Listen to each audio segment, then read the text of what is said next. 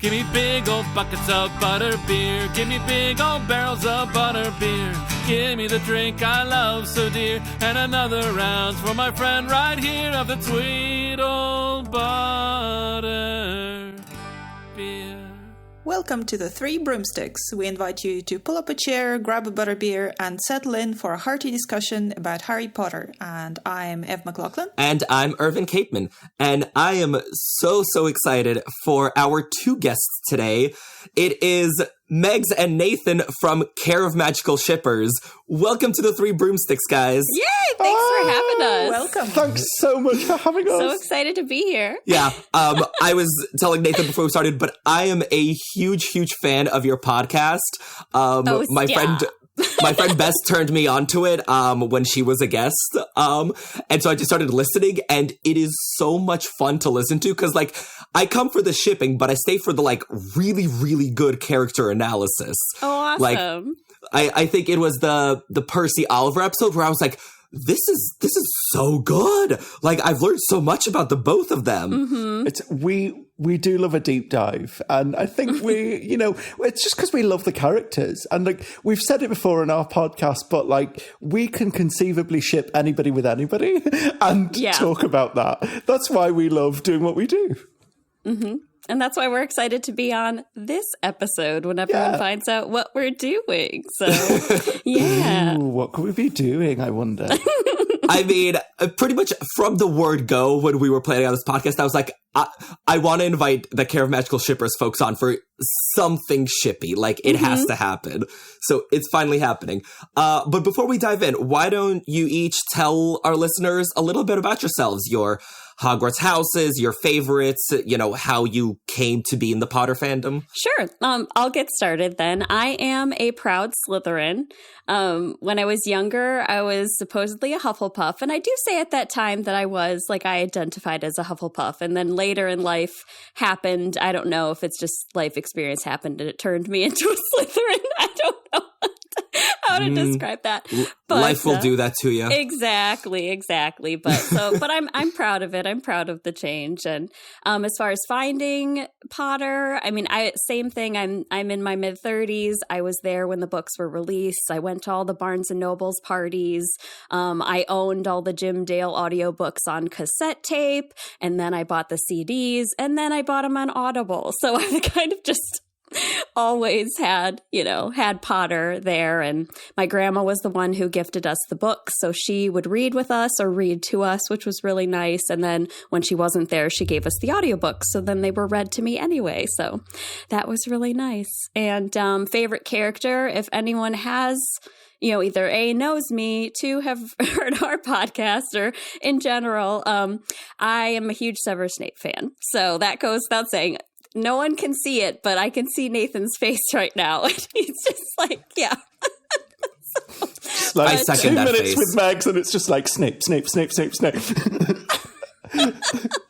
But he's definitely one of my favorite characters. I fell in love with him more with getting involved in like fandom and fanon side of things. Like when I was younger and reading the books, he was definitely my least favorite character because of course it's like from, you're reading the books from Harry's point of view. So of course you're seeing Harry's opinion of, Snape's character and things like that. And also, he's a very unlikable person, written that way. So it's been a lot of fun exploring fan fiction side of things and fandom stuff. And then also doing character analysis of like breaking down why a character is or did the things that they did. And it makes it a lot of fun. So I think he's got so many different shades. Like he's, seen as a very gray character. And that's what I find super compelling about him.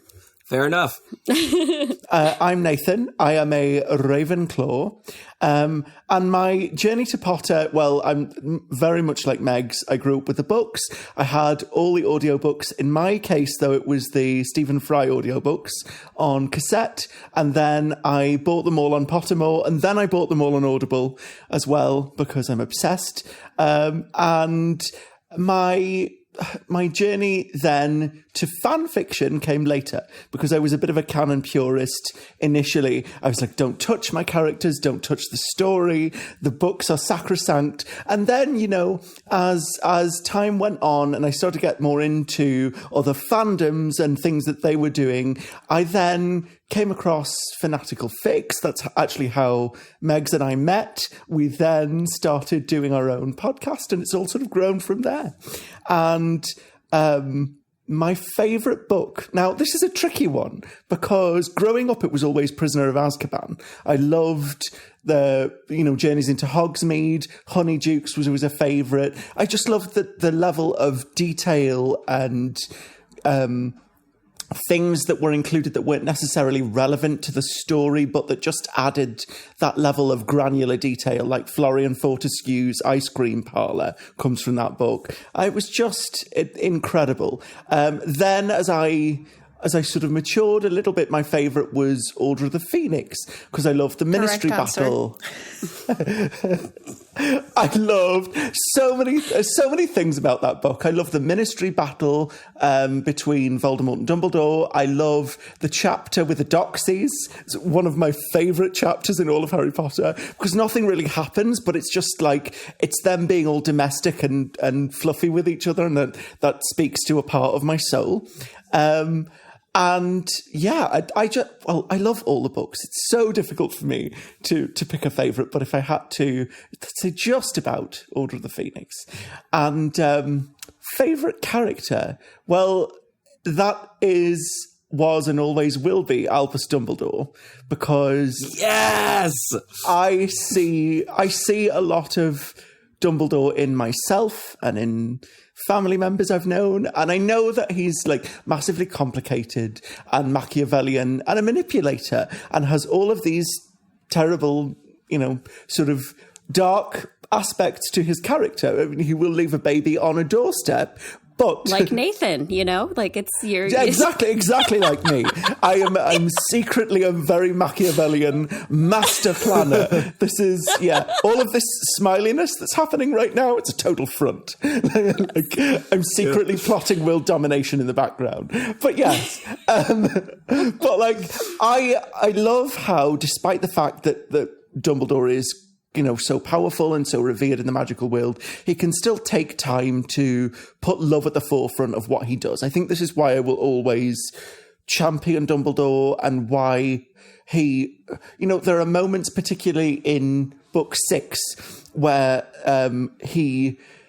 he's going with Harry to find the Horcrux, and he goes, "Oh, I'm not afraid, Harry. I'm with you." And it's those moments that just make that character for me. Absolutely. So I've waffled on quite long enough, but hopefully that gives you some interesting context to us both. I mean, Nathan, I wrote an entire book about Dumbledore, so if we're going to waffle on about the headmaster, we can quite literally be here all day. I need to You can do this. another episode, just you guys. Please. Oh my God, that'd be so cool. Okay. Yeah.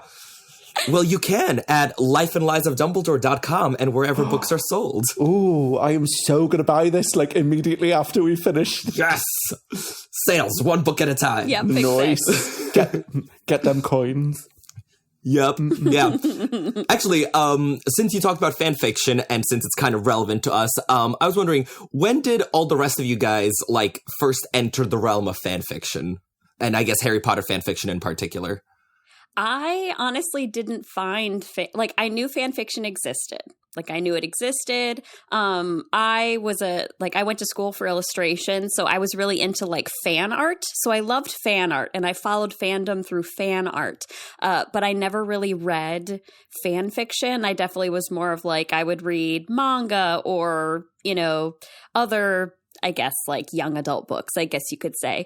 But it wasn't until I started listening to podcasts, and I came across, well, first it was Fangasm, formerly Potterotica. I listened to that one. And that was like, I was like, oh my gosh, I forgot about fan fiction and that it could be so spicy and all those things. And then we have Fanatical Fix, which is obviously really cracky and fun and stuff like that. And so it was really through Fanatical Fix that when I joined like their Patreon Discord, that people were sharing all the stories that they loved, and they even did some writing challenges. So it wasn't until 2019 that I actually got into like the fan fiction side of fandom. So, and now I'm like, where the hell have I been? Obviously doing a lot of other stuff, but yeah, that's where my journey started. So not that long ago. And then I dove really hard during the pandemic because it's like, you know, you had to find your own things to do from home. So that was a great way to kind of escape and explore something that I already loved so much and expand it beyond from what we, you know, have. So that's been a great thing for me. Yeah. Ev, what about you? For me, the problem with fan fiction is that I do really like the idea of it, but I have real trouble consistently and for extended period of time reading from screen. And since most fan fictions aren't published as physical books, I would every so often dip in and out of something that, say, if somebody recommends me a very specific fic, I might go and read it. But I never really got into, you know, really diving in and seeking out fan fiction myself. Every so often those segments on other podcasts would come up then that where people would discuss their favorite fics. And I always like them. I always enjoy them. And I think, oh, I should read more fan fiction. But for some reason, I just never do because I get distracted too easily or something.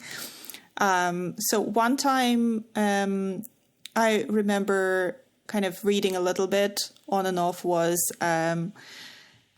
I mean, I'm still a little bit involved, but I used to be a lot more involved in this wonderful place called Hogwarts Extreme. It's very retro, kind of forum-based Harry Potter RPG place. But they have a section that's all for fan fiction. So, and I remember getting into reading some fan fictions about what happened after the Battle of Hogwarts. And I remember really enjoying those. And there was one time I even wrote my own little fan fiction. There was like a fan fiction challenge, 500 words, write a fan fiction for Valentine's Day. I mention it in the doc later. And that was my one and only personal fan fiction experience. So I am very excited to be on this episode because on one hand, I know very little about fan fiction. On the other hand, I really like the idea of it and I want to know more about it. And it's such a cool topic to explore because you could have the same source material, but you can interpret it so differently. You can interpret people's motivations so differently. And I think that's really exciting because nobody's necessarily wrong, but you can get completely different results from other people reading the same thing. So that's where I come in, I suppose. Yeah. So my journey, I dabbled in fan fiction when I was like, I think 11 or 12 or so. But then after Half-Blood Prince came out, I went hard into fan fiction. Basically, like Half-Blood Prince ended on like such a cliffhanger. Yes. Right. Like they're about to go off and do the thing. And I was like, I can't wait 2 years to find out what happens. So you know what? I'm gonna write it myself is what's gonna happen. Nice. So I spent the entirety of 8th grade, like a full year, writing my version of the 7th book. It was 50,000 words. I essentially completed a novel at 14. This explains a lot about who I was as a teenager. Do you still have it? Yes, I do.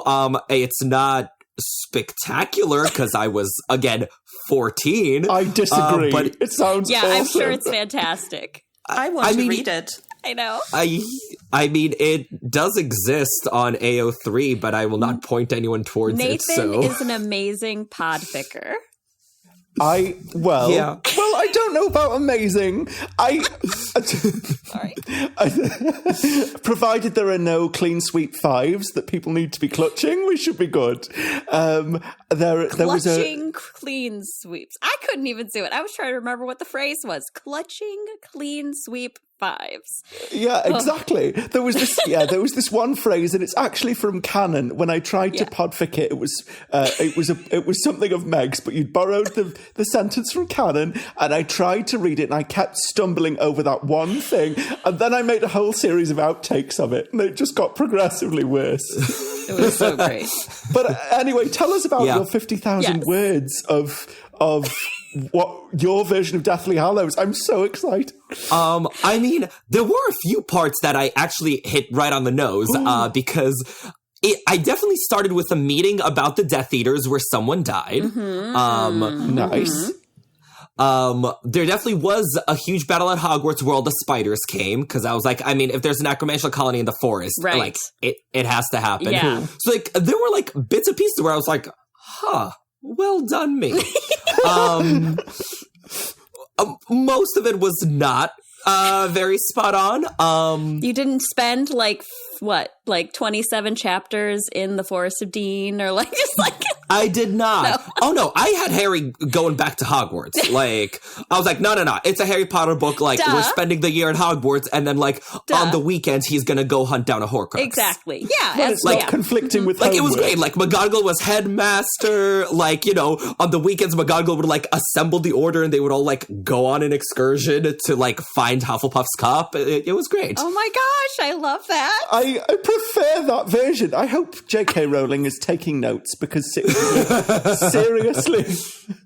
Well, also, like, I was graduating middle school just as I was finishing so like all like graduation, end of year stuff, like I spent so much on that, like sort of working through my own feelings. Right. Nice. Yeah.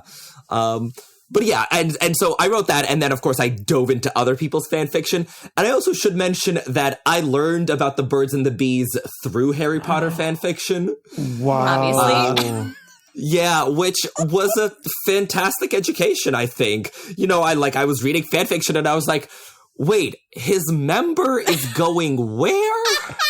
Like, you know, you sort of had to puzzle it out. Do you know, we've had many a discussion on our podcast where they get particularly spicy, but one thing that is not quite as spicy, but I still am mystified by, is the number of times people write in fan fiction and then he or she or they deepened the kiss. And I'm like, how? What does that mean? How exactly does it, like, how far down someone's throat are you going with what? I'm so confused. So they don't just deepen their feelings about it? No, it's a physical deepening. We just don't know how. I don't know. You're smushing yourself even closer together. I don't know. Nathan, asking the tough questions. Anatomically, I'm like, how do we, like, what's happening? Like, there's potentially a subject for another podcast episode. There's so many spin-offs we could do. But yeah, no, that is, learning about the birds and the bees through fan fiction has to be one of the hottest takes, I think, if ever. And I've heard some weird stuff over the course of, like, 2.5 years that we've been doing it? Wait, 3 years now that we've been doing this? But that is wild, and I love that for you. Thank you. Well, because I began in MuggleNet fanfiction where they had like a hard PG-13 limit. Right. So like they couldn't actually like describe what was going on. So yes, it was always like, you know, members and deepening kisses and like, you know, no one actually said what was going on. Mm-hmm. So it was like oblique references. And then, of course, I found fanfiction.net and, you know, then everything was made clear. Right. Pre-purge. Yeah. Mm-hmm. Yeah. Anyway, so on this episode, for episode number 27, we have gathered to discuss, you know, other than the hard questions about fanfiction, Hermione Granger's love life. This is a topic that, you know, has launched a million fanfics, especially in ye olden days before we got a lot more female characters. Like, it was sort of like Hermione and shipping her with literally everybody. Everyone. Exactly, yeah. Yeah. So, listeners, as always, there is some recommended reading. I actually have 2 essays I really want to recommend. The first is Who Does Hermione Love by Turambar. So this was written pre-Half-Blood Prince, but it was laying out the case for a Harry-Hermione romance in Order of the Phoenix. And, like, listen, I was never a Harmony shipper because, like, I can read and I read the books. But, like, this essay was so good, it made me question that. Mm-hmm. Like, I literally printed it out and, like, put it in a binder and was like, I mean, maybe. Yeah. Yeah. No, it was definitely, I read it before we recorded, and I'm like, okay, they literally were like, this is the way it is, and they had receipts. So it's like, it's really good. Like, they had receipts. It's so good. And then the other one I want to recommend is The Battle in Hermione's Heart by Sigonku, which is a pre-Deathly Hallows analysis of Hermione and sort of the love triangle between Victor and Ron. And sort of like, again, blow by blow, like what she's thinking, what's happening, how this is all developing under Harry's oblivious eye. Yes. Because Harry is also super good. Yeah, Harry's a trademark unreliable narrator and totally doesn't get any of what's going on. So it's so nice to shift perspective and get some more context on that. But also, like, what a gift for shipping, the fact that Harry's so oblivious. Yeah. Like, you can make the argument that there is an epic romance happening between any 2 characters under Harry's nose, and you'll just be like, he didn't notice. Yeah. Like, he wouldn't notice. Yeah.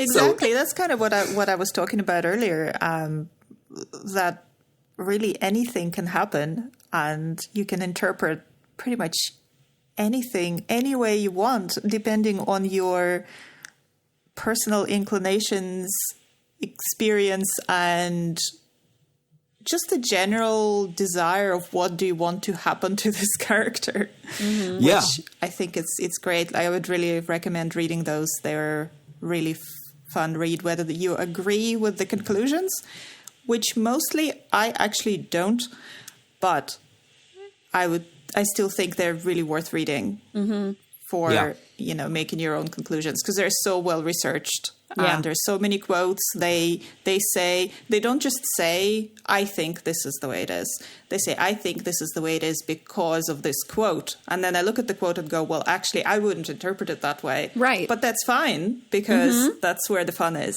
you know? Yeah. Yeah, definitely. And before we dive any deeper in all of this fun stuff, I'd like to say a huge thanks to Shruka over on our Patreon, who bought this round of drinks at the pub. Woo! Thank you so very much, Shruka. And if you would also like to buy us around at the pub, butterbeer, fire whiskey, we're partial to all sorts of things. As we discussed in our previous episode, 3 Broomsticks. Can head over to patreon.com/3broomsticks with numeral 3 to sign up. There are various tiers, so you can pick the one you like. And we're offering bonus content, chats with the hosts, and on episode shoutouts to our patrons like Shruka just got. And we would really appreciate your help in keeping the lights on at the 3 Broomsticks, because candles are expensive. So we can talk about Harry Potter for a long time to come. So thank you, Shruka. Yes, thank you so much. And we'd also like to offer a toast to the comments on episode 24. This episode was our analysis of Prisoner of Azkaban Chapter 11, The Firebolt. And we raise our glass to commenter Absent-Minded Raven, who had a lot of really good points, but I wanted to focus on 2 of them. First, he said, the Dementors probably make Sirius hear his own voice saying something like, why don't we make it Wormtail? And I read that and just my heart went, oh. Oh, gosh. Like, that's so harsh. And, like, probably true. Like, I feel like that's actually a really interesting thing that we didn't ask Joe enough. Like, what would everyone see, like, when the Dementors approach? Because I feel like that's so telling of, like, you know, a character and who they are. So yes, like, let's ask more about, Dementor effects. And then the other thing is, Absent-Minded Raven said, speaking of parents, Ron and Hermione are getting good practice when they have angsty teens of their own, in reference to how they handle Harry. And I was like, yeah, honestly, yeah.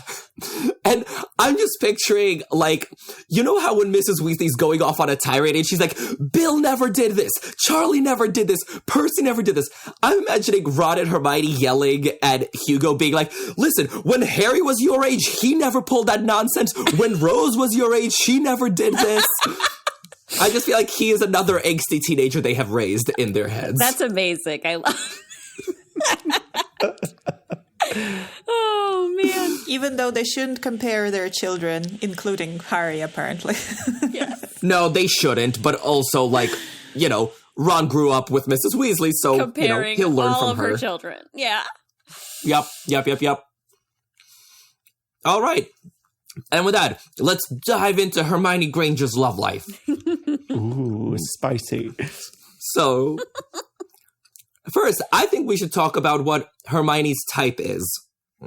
Now, one of my favorite quotes from the series is when Hermione and Parvati are discussing her taste in men. And Parvati's like, wow, you like your Quidditch players, don't you? First Crom, then McLaggen. And I like really good Quidditch players. Hermione corrected her, still smiling. I was like, oh, you do not want to f*** with Hermione Granger. Does she really like McLaggen, though?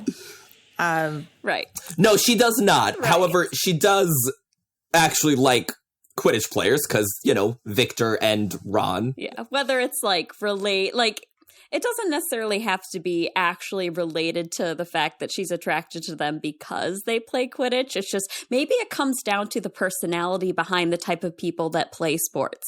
Like a competitive drive, that sort of thing, like other attributes that would be I guess desirable to Hermione, someone who's obviously has a set on a goal and is driven and is willing to do anything at all costs and is the bravery aspect. So I think it could come down to the, what a person is and what they represent versus them just being someone who flies around in special robes on a broomstick.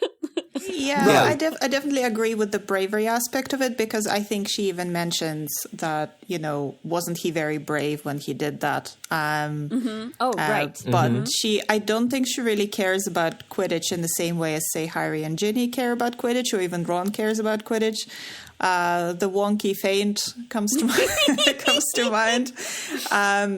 So I think she almost likes Crumb in spite of him being a Quidditch player. Like, she likes him because he's brave and he is shyer and kind of less celebrity-like than she expects him to be. So also I think her talking to Parvati is less her describing her type and more sort of giving a witty response to another girl about something she doesn't really want to talk about. Because I don't think they're close with Parvati at all. Oh, well, no. She's the reason for making Hermione's a jab response at Ron. is, she's trying to jab at Yes. Ron. Yes, She's very trying much to so. upset Ron. So it's it's very much like, oh, I'm going to be a prissy girl right now because I am so mad at you right now. That exchange, that whole scene is, I think, my favorite passage in the books. Like, whenever someone's like, pick a page to read, I was like, I will read that one because just the depths of teenage nonsense, it gives me It's life. very good. Yeah, how important it is made out of nothing that should be important. It also brings up a good point, though, which is that Quidditch is one of the only extracurricular activities for these kids to play. So if she didn't like guys that played Quidditch, I mean, what's left? The Gobstones Club? Yeah. Yeah. Oh, Hermione would totally hook up with the champion of Gobstones. She'd think he's really hot. Yeah, absolutely. Or dueling, but then we don't really see that past book 2, and then maybe a little bit in book 5 with the DA. But still, the world of Hogwarts outside sports isn't really very well fleshed out. Sorry, Megs, you've got an idea. Go. I have a thought. Okay. So we haven't gotten there yet. I'm already in my head. So something that we could see is like, I could see Hermione be attracted to intelligence, right? Like she wants someone on her level, which often is where a lot of people can argue against the Ron and Hermione. They feel like he's someone below her, yeah, blah, blah. But talking about all other activities, I was like, oh, what if there was a wizard chess club? If there was, Ron would definitely be in it, and watch Ron be really good at it. And I was like, okay, let's say that there actually is one of those, and then he is really good. Maybe they would have gotten together a lot earlier if it had gone that way. Yep. So I think that that kind of goes into, there's a lot of like intelligence that Ron has that we don't see because he's so kind of like goofy and also a little absent-minded some of the times, but he's actually really like, he's really smart when he's given the opportunity to actually like stop and consider something on like a serious level and things like that. But yeah. Well, and Nathan, to your point about the DA, I think I read a fanfic many, many moons ago about Anthony Goldstein and his like huge crush on Hermione and how he's like so determined to excel in the DA to impress her. And then he like ends up like pairing with Neville or somebody like in an attempt to impress Hermione because like no one wants to pair with Neville, and then ends up like, you know, hexed to smithereens because, you know, Neville's a bit bumbling, and just this like epic like unrequited crush on Hermione is totally oblivious to the whole thing. Oh, for sure. It was really cute. That's amazing. Yeah. We have to talk about unrequited affection in terms of Hermione as well, because she has her nose buried in a book 95% of the time, there has to be so much going on around her that she's not picking up on, because she's like, to be frank about it, she's so busy. She literally does not have time for all these people and their shenanigans, because while they can be like milling around her and giggling, she has a world to save. She literally has a world to save, because Harry's not doing all the work. Harry's there, and he shows up. Yeah. His wand shoots fancy flames out of it whenever it wants to, and he turns up, but it's Hermione that puts in the legwork. Yeah. Have you guys played Hogwarts Battle, the board game? I did. No. A lot. I have several expansions. Oh, me too. And so it's so well designed because it fits the characters so well. So like you're playing as like, you know, Harry, Ron, Hermione, Neville, and it's a cooperative game, right? You're trying to take down villains. And so each character has like a cool power. And Hermione's is like so intentional. Like Hermione needs to play 4 spells and then like someone gets a coin. It's very much like put in the work. Harry's power is like, when something happens, someone gets a damage. Like, Harry is, like, barely involved. He's just there. And, like, without that ability, you can't really win. Like, you absolutely need Harry. But also, like, he's just showing up. Oh, wow. Ooh, that's perfect. I love it so much. I've never heard of this game before. What's it called? It's called Hogwarts Battle. So it's a cooperative deck building game. Where you play through all 7 years, and it is phenomenal. I spent so many weekends just playing through it, because you play through all 7 years, so I've never yet finished it in a day. Like, you need a full weekend. Right. Okay.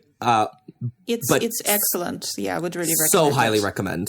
And it's very beautiful as well. It's just very well done.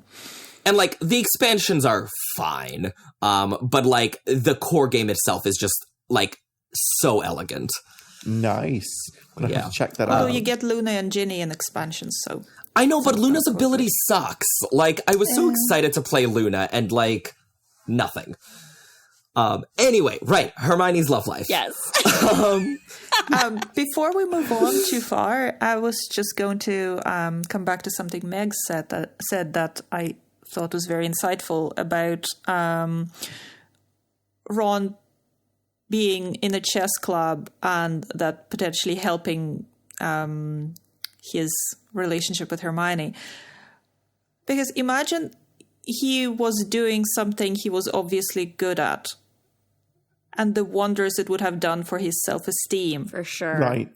And how helpful it would have been for him to, feel that and not be, for there'll be one area in his life where he's not in someone else's shadow. Right.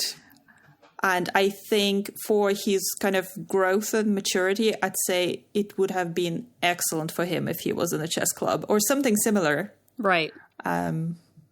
Hogwarts just needs tabletop gaming in general. They just need to have, all kinds of fun stuff like that. Yeah, I hope they do. And we just don't see it because Harry isn't interested, because he just wants to play Quidditch. He doesn't want the other things. I have a firebolt, so I'm going to go off flying round the grounds when everyone else is like having fun in the Great Hall with all of these like animated tabletop RPG games. Yeah, I can see that happening. Well, I think the closest we come is like them trading chocolate frog cards. But I was like, but also, like, don't they have games? Like, isn't there like a wizarding Pokemon? Right. Like, yeah. Yeah. Like, this was the 90s. There definitely were collectible card games, like, making their way around Hogwarts. Zonko's has to have more than just, like, joke stuff, Like, it's going to have, like, it's all about fun and whimsy. And, like, even Weasley's Wizard Wheezes, like, it's all about fun for the twins and everything. So I feel like that's got to be, I don't know. Mm-hmm. We know they play Exploding Snap. So. That's true. Yeah. Actually, I kind of want to talk about what Nathan said, where Hermione's too busy, like, to notice boys. So I thought it was so interesting how Hermione's attitude towards boys changes from 4 to 6. Because in book 4, she's very much like, like waiting for someone to ask her, and then Victor does. And, I feel like Hermione is sort of like a little surprised and a little nervous that, like, boys are asking her. In book 6, the confidence, because, like, when Harry is like, I can't believe you took McLaggen, and she's like, well, I was trying to think who would annoy Ron most. I was, like, between Cormac and Zachariah Smith. But, like, the assuredness that, like, whoever she asked would go with her, I was like, go off, Hermione. Yeah. Like, damn straight any boy would be lucky to go with you. Exactly. It wasn't a question of if, it was a question of who do I choose? Yeah. Right. It wasn't the, like, like, who would I ask who would go? It's like, no, who should I ask? Yeah. And they will fall in line. Right, exactly. Oh, I love that.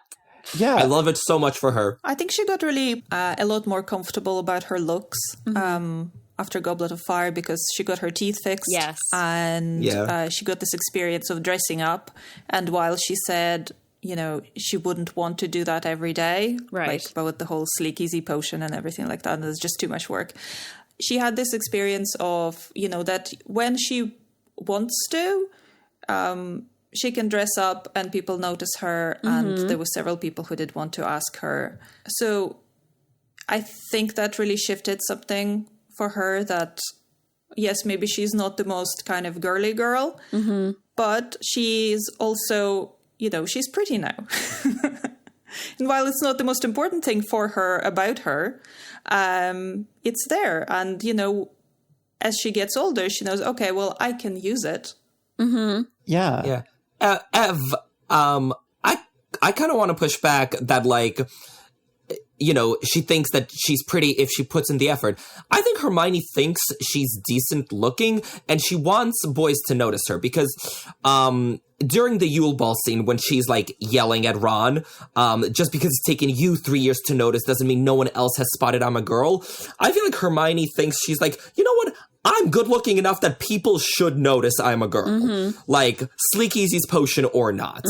Like, she wants someone who finds her attractive, like, as she is, which, like, as she should. Well, so her second year, she gets her first taste of, like, having a real crush on somebody when it comes to, like, Lockhart, even though it's like that separation of, like, obviously a celebrity crush. I mean, think of all the Tiger Beats that I had as a teen with all my, like, Backstreet Boys on the wall and stuff like that. Like, it's just, but to her, I mean, we think of, like, oh, she was having this, obviously he's very, like, spacey and doesn't know what he's talking about. He's not actually that intelligent, but she's read thoroughly, just like her textbooks, all of his books. So she's going through, thinks she has this informed idea of who this person really is, and she thinks he's brilliant, and she's willing to overlook all the screaming signs that he is not who he says he is, because she feels that, connection to his intelligence, his attractiveness, that sort of thing. So I think that, you start getting to that age where you start feeling things that you're just like, oh, you just slowly start noticing stuff. And honestly, for a lot of guys, it takes longer. So it's like, who knows what kind of crushes or focuses that Hermione has had behind the scenes, like we talked about. It's all from Harry's point of view. We have no idea what, Hermione could have been thinking or feeling or focused on outside of everything that they did interacting together. So that's fascinating. So are you saying that her crush on Lockhart was because of what she read of his? Yes. As opposed, yes, because I always thought her agree. crush on Lockhart was because of the fact that he was an author and a professor, not because of the actual content of the books. I definitely think it comes down to she probably is attracted to the words and the depth of, because obviously his skill comes from the crafting of words, because he's taking someone else's story and is twisting it up. And I'm sure he's embellishing a lot. It's like, oh, the hag was there. Someone, just got rid of her, whatever. But no, there was this whole grand, thing that happened and everything. And he's going to go on and on. And I feel like it probably blurred the lines because it was like they were published as truth, it's autobiographical experiences. So they were his true experiences. That's how she would go into a bookshop and be like, oh, this is nonfiction, so she's not going to, at least at 12, going to, sit and question, Flourish and Blots, that's not a nonfiction book. You know what I mean? So it's like, I think that she really got sucked into the whimsy of everything. And I think Magical Me came out last. So her sucking in all the information about him was in addition to her already knowing all these amazing things he did. And so then she's like, oh, now I get to know his dreams and his favorite color and all these things because I love him so much. This is so great. So I think that a big part of it came from the fact that she reads anything she can get her hands on. And it probably was a really fascinating thing to learn on. She's all about knowledge. So she might not have even looked at the cover and been like, oh my gosh, look at this guy. He's super hot. I'm going to read this random book. She probably was just like, oh, this sounds like a fascinating part of magical history, and read it, and then realized he had a series, and then became obsessed with him like all of us do with our favorite author, or musician or any sort of content creator. So I think that was just her, teeny bop, her obsession, I guess you could say. But I think it started with her with the content, and then it grew from her loving the content, I guess you could say, from my point of view. I definitely agree with that, because I think that's also feeds into the earlier question we were talking about what her type is. Because I think that's the bravery of the deeds that she is attracted to with Lockhart, same way as when she mentions that, similar about Crumb years later. And, her being 12 and everything, I don't think she got to the point where she would not believe what's written in a book. Right. So if she knows it's nonfiction, like you said, Megs, and it's in a book, it's official, it's in Flourish and Blots, she doesn't have any reason to think about it. Oh, did it really happen that way? Is he really a hero like he appears to be in this book? She just goes, he's a hero. This is amazing. He knows this amazing magic. He did this amazing deeds. And look, he's also good looking. Yeah. She's known magic existed for a year. So she's literally sucking as much knowledge in as she can get. So yeah, she's not there being like, well, wait a minute. Is this too exaggerated? Because right now everything is pretty much magical and absurd, and I just have to go with the flow. So I don't think that it would take a while for her to start really questioning those things, because she'd have informed back knowledge to be able to be like, wait, this is too far. This is too out there, to really actually fit. So yeah, definitely. I'd say that's probably really kind of knocked her ability to trust so fully into the written word. Because by the end of the Chamber of Secrets, she finds out that this amazing hero of hers is a fraud. I mean, he wrote it, but he didn't actually do what he said he did. And so the the whole appearances are deceiving probably really, she probably really kind of started to internalize it then. Yeah. The other side of this comes to a head whenever, in book 5, whenever Umbridge is teaching classes and she reads all of defensive magical theory and goes, there's nothing in here about using defensive spells. So there's this thing of like, the written word can't do everything. It has a finite usefulness. And I think, she's very clued in at that stage to this idea that, the world's problems can't be solved by what you read. And we also get then the whole, the sort of rebellious streak. It's sort of fun, isn't it? Breaking the rules. It's that sort of Hermione that we get emerging. And to bring it way back to the original point of her sort of transition between book 4 and book 6, I think part of the reason there's such a division between those, or a change in tone between those, is that she's had the Ministry battle at the end of book 5. They've gone to the Ministry to face down Voldemort, and she has been on the receiving end of, was it Dolohof's curse that conjures the purple flame that puts her potentially mortally injures her. And she's come through a lot of personal experience in that time. And so I think, whereas before her concerns might have been like, it's going to feel like life and death whether or not a boy asks me out or whether anybody's interested in me, that then in book 6 she's like, I nearly died at the end of last year. My priorities have reshuffled, and I think that shows in book 6. Yeah. I mean, we also see her gaining confidence because in the intervening time between 4 and 6, she took down Rita Skeeter single-handedly. She took down Umbridge more or less single-handedly. And she's fought Death Eaters. So, when it comes to teenage boys, she's like, listen, I've dealt with bigger and badder bullies. Right. This is fine. So, yeah, that's a really good point. I'm curious. Obviously, we're talking here in hindsight, but when the books were coming out, what ship were you guys sailing on? Did you guys partake in the shipping wars of the mid-2000s? What were you thinking as the books were coming out as opposed to with hindsight? For me, I don't know. I don't think it was really... don't think I really took anything seriously until the 6th book. Even though in the 4th book we started getting people are inviting people to the ball. We get to see Hermione dating Crumb and those kind of things, and all the teenage jealousy and things like that. But I don't know. I feel like probably just without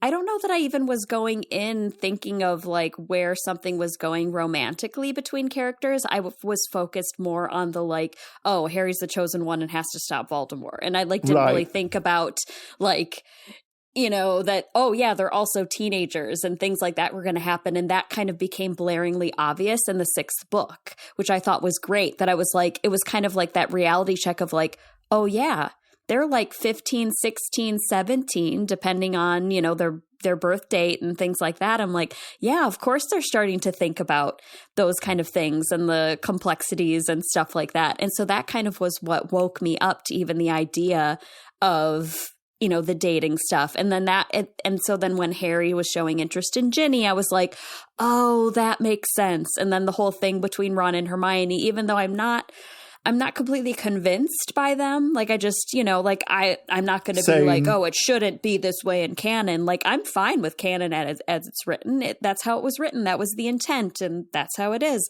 But that's why I love fan fiction and fandom, because we can dive into all these little things and be well, if this went this way, or we interpreted it a different way. Like Evan said, we can have anything happen. But for me, it was very late. And I definitely, like I'd said, I did, fan art stuff. I'd follow fan art, but I can't even say that I really was into shipping art and stuff like that. I don't know. I guess I was just totally oblivious to it. Sort of similar to Nathan. I was just focused on the books. I wasn't searching for anything to fill the gap Like Irvin said, like, oh, the book, sixth book was over. I needed more, so I needed to write it. Like, I never would have thought to ever consider. I'd just be like, well, now I have to wait a million years. Like, now I'm just here waiting. Like, that's it. Whereas now I love those sort of things, going back to things that were written before even the series have completed, or even just, during the movies releases and stuff like that. And I just think it's so fascinating, kind of like as an archival aspect of going back to see how my generation, handled things a little bit differently during those times. And I just think it's really, really cool. But yeah, so I didn't know that there was any sort of really intense feelings as far as romantic pairings or anything like that.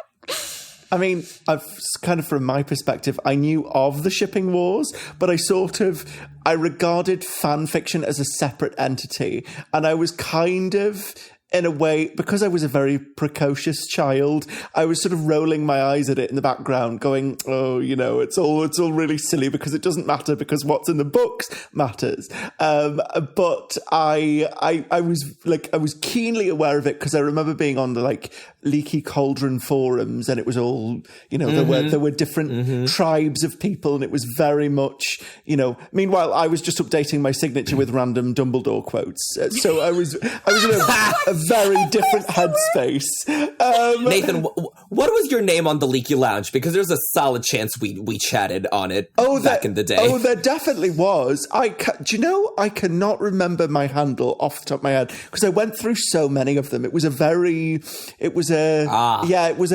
sort of amorphous phase of my life where if you ask me handles now, I'll be able to tell you. But I was what, maybe 14, 15. I'm trying to think how old I was. Definitely 20 years ago. 20 years ago. Don't do this to me. No, I'm not that old. Let's just disregard that fact. I need to take these. Yeah, strike it from the record. Yeah, no, I'm not. That's not happening to me right now.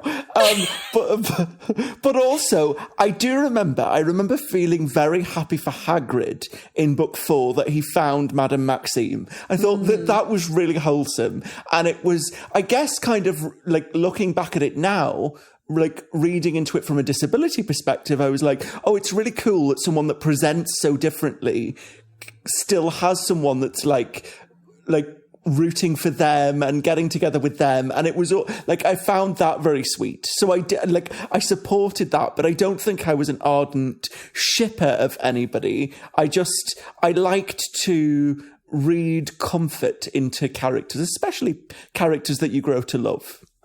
Mm-hmm. Yeah, so I was very much in the online fandom, sort of.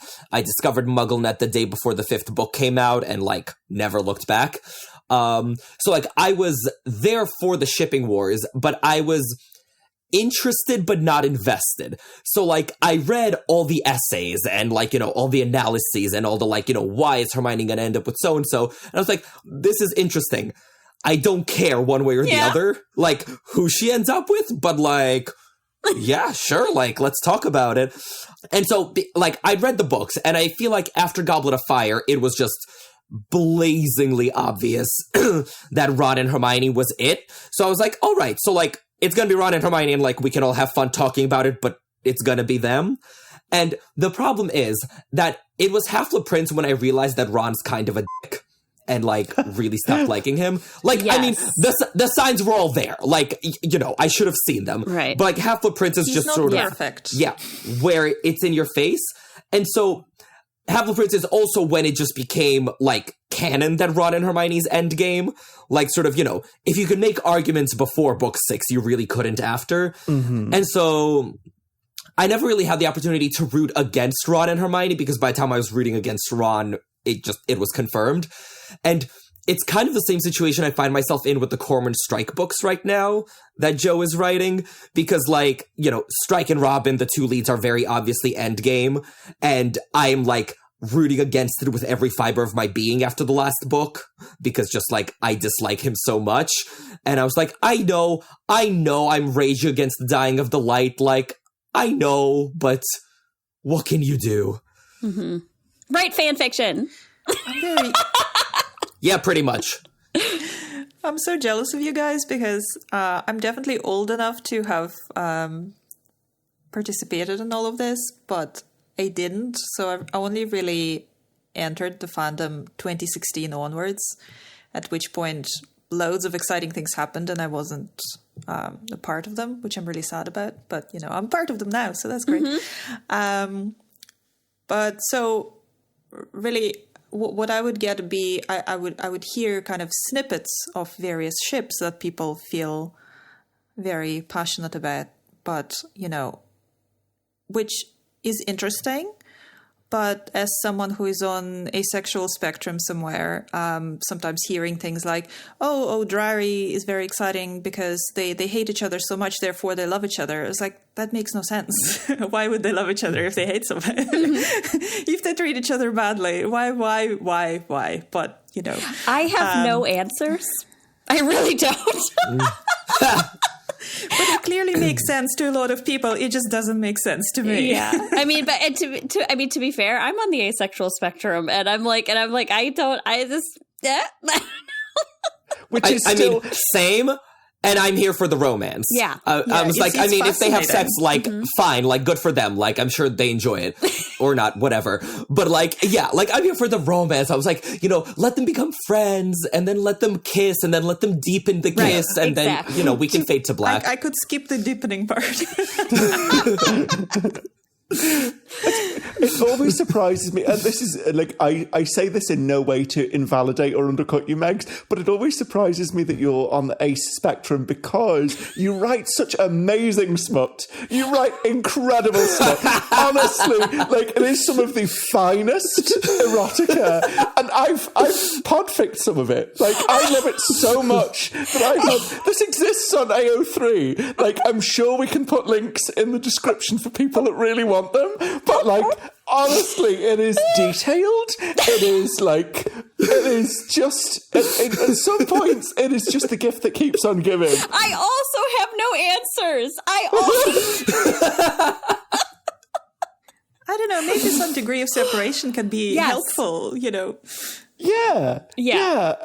It's what I guess what we're saying is if there's a gap in the market for something that you feel like a character hasn't been explored, or there's a concept that you really want to flesh out, that's what fan fiction's for. Write more fan fiction, because there's no such thing as bad writing. There is only such thing as the things that you never write and the ideas that go unexpressed. So do those good things, publish those, and then the people that love that will give you kudos, and then you'll want to write more, and just more and more good things will keep happening. So, for sure. Write fan fiction. Yeah. All right. So let's dive into these ships. I guess we can start with the canon one. So, Ron and Hermione. Boring.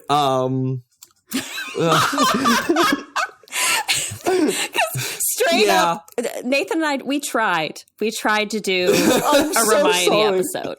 We did. We were like, okay, we're gonna do canon ships, and then we're gonna do fanon ships, and we're gonna do slash, we're gonna do fem slash, we'll do poly, we'll do het, we'll do character analysis, all these things. And we were like, okay, first canon ship, Ron and Hermione. And we were like, oh my gosh, we can't do this. It's like, okay, Harry's there. And then we were able to do it. That was the only way. Like, it's just like, kind of like I said earlier, I can accept it for it being written that way. Like, you know, you kind of can play with it. It's like, oh, the opposites attract. We have the super bookish and serious Hermione, and then we have kind of like the goofy, you know, guy or things like that. And so, like, even when you're older, like, I think of Ron being like that dad who's just that like total goofball, just saying all the like awful dad jokes, and Hermione's just like literally just chronically rolling her eyes for the rest of her existence, you know, sort of thing. And but he helps her lighten up a bit. Yeah, so. I think that that's a big part of it. Is it like it helps what was it? Like, it's one thing to have, like, people talk about having someone to challenge Hermione, which we'll kind of get into with, you know, future ships and things like that. But I think that, you know, like Ev just said, it's someone to, Ron's kind of someone that can help, they can ground each other in the two different directions.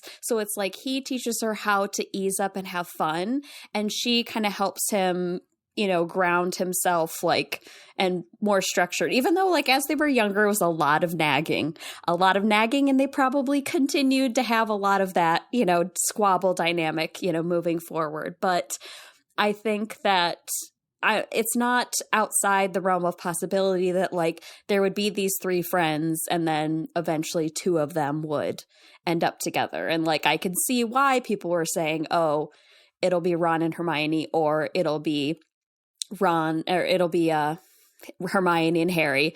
No one's out here saying it's going to be Harry and Ron. I don't know what people are thinking. That's my end game that I'm looking for. So I mean, I read plenty of really good Harry Ron. Yeah. I think. Oh, what was her name? His name was something like Gryffindor Goddess or something. On Muggle fanfiction, I think it was So This Is Love. It was a whole series of fanfics of Harry and Ron, like, going all the way through 7th year. So yeah, no, it's out there. Yep. Yeah, I feel like there are some really good moments in the text when Ron, like, gets Hermione off her high horse. Right. Like, Hermione's like, all right, so I have this plan, and this epic plan is going to do these epic things. And then Ron has this great line. It's like, if you feel like telling us what it is sometime next week. Right, exactly. It's like, okay, like, let us know this amazing thing. Yeah. Yeah, like, those moments are when I see it.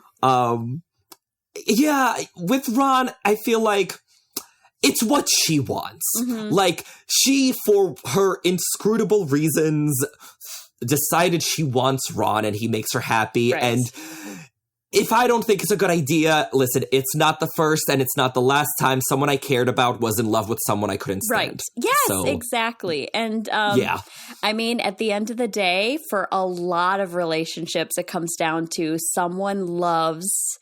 There's going to be the dynamic of, like, someone loves having a project, or someone loves having somebody that they feel like they can improve or be better, or things like that. And I feel like Hermione could see that in Ron, like seeing his potential, you know, that sort of thing, which doesn't mean it's a healthy dynamic by any means. But I feel like that's a very true and common thing between, you know, relationships and things like that. So, I mean, as far as, like, okay, it's canon, will they be together forever? Because that's another thing to talk about, is the fact that how is it that all these wizarding couples meet at Hogwarts, leave Hogwarts, get married, have kids, and then a wizard existence is literally, like, upwards of 150 years. I'm like, yeah, these people are having happy, you know, century-long marriages. Like, I'm just like, how many of these actually post? That's why it's so realistic in fan fiction when it's like post-war that these canon relationships fall apart.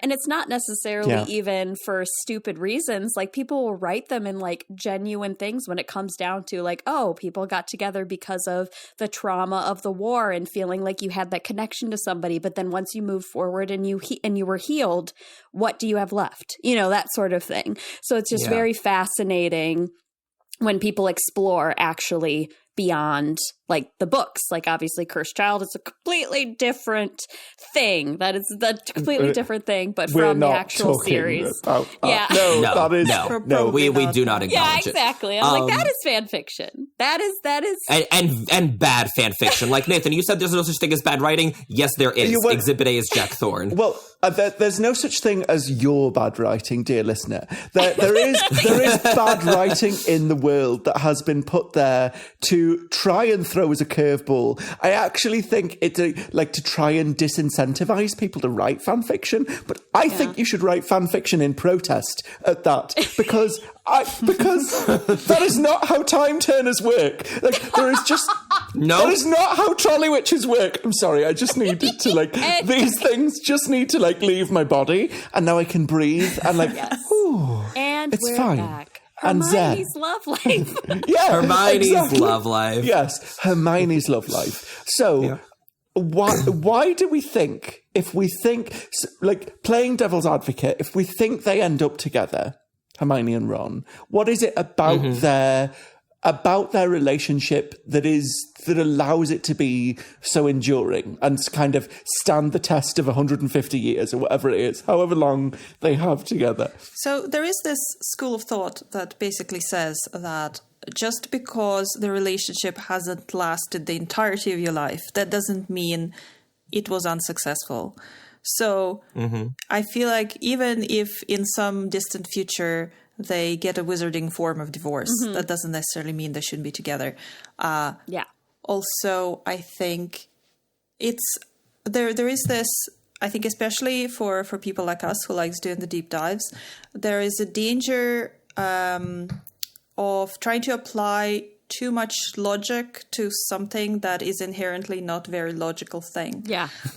Because sometimes there is just a spark, and people who seemingly aren't on paper 100% compatible, it just works for them.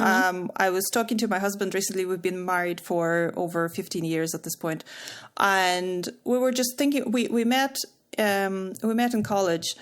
And we thought we were very similar. We were in the same class. And then we were talking about it, and we're talking about ourselves now. And we're really not that similar at all. And we have watched lots of couples over these years to come together and fall apart, which were seemingly more compatible than us. And somehow we are still there. Yeah. And I think Ron and Hermione might be potentially something like this.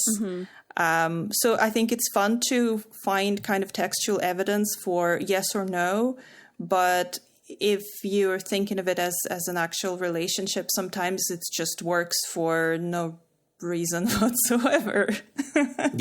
I mean, it could just be that she's warm for his form, and that's that. I'm sorry, what did you just say?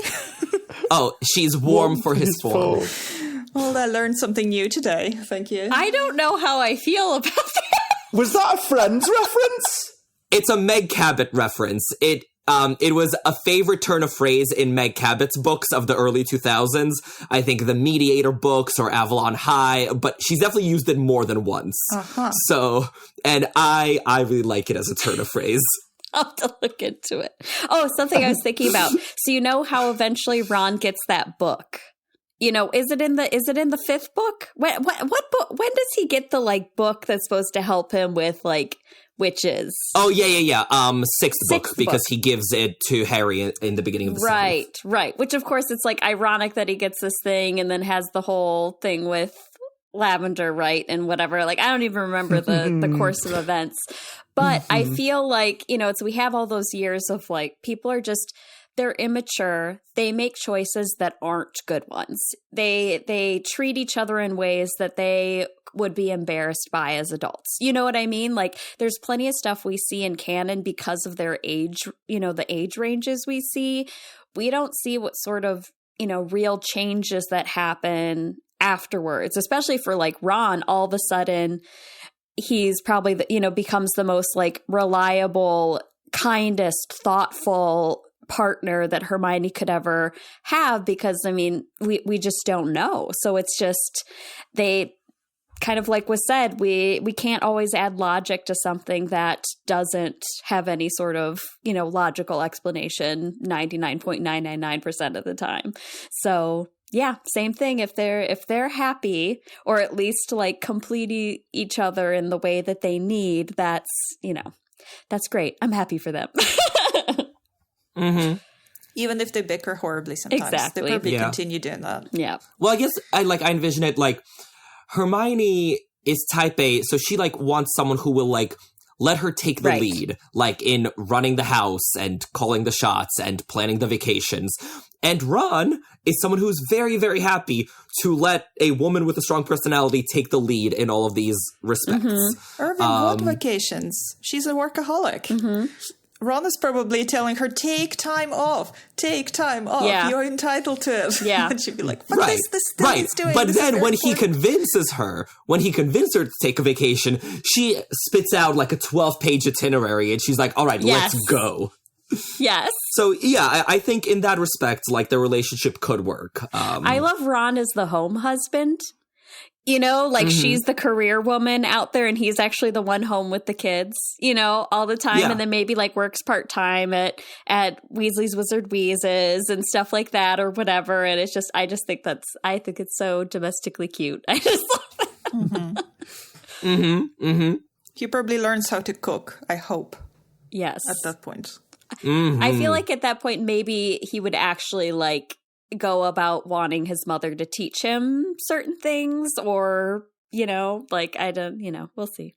Or Molly will take it upon herself either to help teach him, or she's just going to show up every day with home-cooked meals. With casseroles. I see that happening. Yeah. She's just going to literally, like, Ron's going to agreed. try and make this beautiful dinner. Like, watch him be like, he'll have, like, talked to Molly, like, via flu call or something, wants to plan this beautiful home-cooked anniversary meal or something, and she's, like, telling him and trying to help him through it, but then she's also making it. Like, she's also making it for himself. And then she shows up and she's like, "Hi, honey, how's it going?" And he's like, "It's awful. Everything's ruined, whatever." And so then she like saves the day and like, and doesn't take the credit. Like, you know, so Hermione's like, "Ron, I can't believe you did all these things." So is anyone else I see it. picturing the scene from Mrs. Doubtfire where he like takes it upon himself to like cook the elaborate meal and then orders the carry out. Yeah, because he's like, this lobster thermidor smells like burnt rubber. Oh man, so good. But yeah, Ron and Hermione. Anything else? Can we move on? Let's get out of here. Yeah, moving on. All right, so I guess the other side of the shipping wars is Harmony, Harry and Hermione. And if we're talking about canon, the view that they'll get together is, per Emerson Sparks, delusional. That is the term that he used in his interview with Jo after Half-Blood Prince came out, and she's like, "Well, it's your word, not mine, but right, but yeah." Yeah.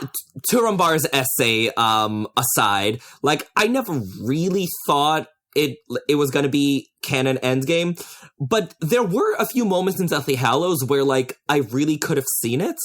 I think especially after, like, when Ron's gone and over Christmas when they're at Godric's Hollow, and, like, you know, it's a lot of feelings and it's Christmas, and, like, I feel like if Nagini hadn't shown up and, like, really killed the vibe, Damn it, Nagini, what are you doing? Jeez.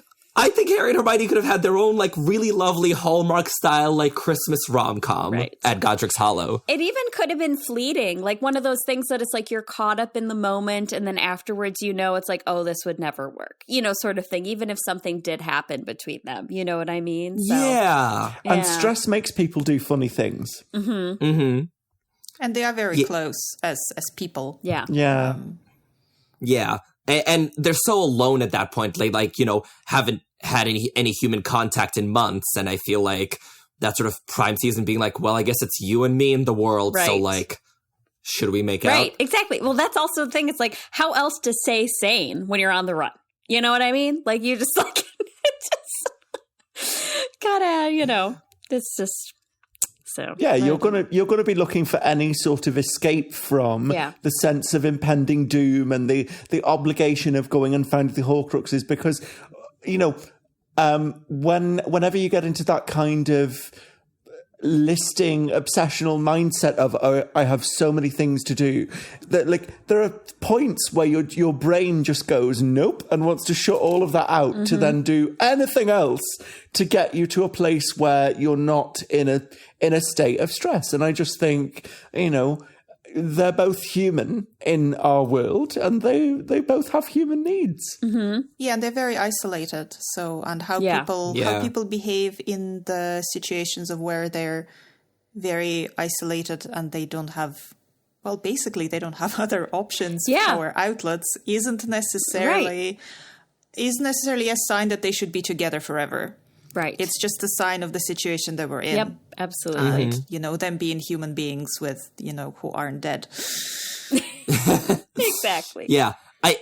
It's honestly, it's a subgenre of romance fanfic that I really like, of the, like, these two people, like, you know, are completely isolated in, like, you know, an alien planet or, you know, stranded on an island or whatever. And, like, as time goes on, they're like, I mean, should we? I guess we should. Well, we've tried everything else. We might as well give this a go. There's, I mean, it's like, hey, there has to be some forms of like sex magic. You know what I mean? Like, it's just like there's got to be stuff that like. We've gotten there. I wondered how long it was going to take. I wondered. Like, we think of all these other aspects of we like made it over an hour. And things and. So, I want to hear about this sex magic. What does that mean? Oh, good. Ev, you should come to New York next month because my Harry Potter meetup is having our first 18 plus event in February. Amazing. It is a discussion of polyjuice and all of its implications. Yes. Yes. Polyamory juice. So listeners, if you are in New York and you are over 18 on February, whichever it is, a date in the description. On February 20th, Tuesday, you should come to our meetup and hear all about the polyjuice brothels. I love that. I love that so much. I'm sorry. That's brilliant. I mean, obviously, that's how wizard brothels obviously work, because it's right? like you want to create your fantasy. You show up with your hair and yeah.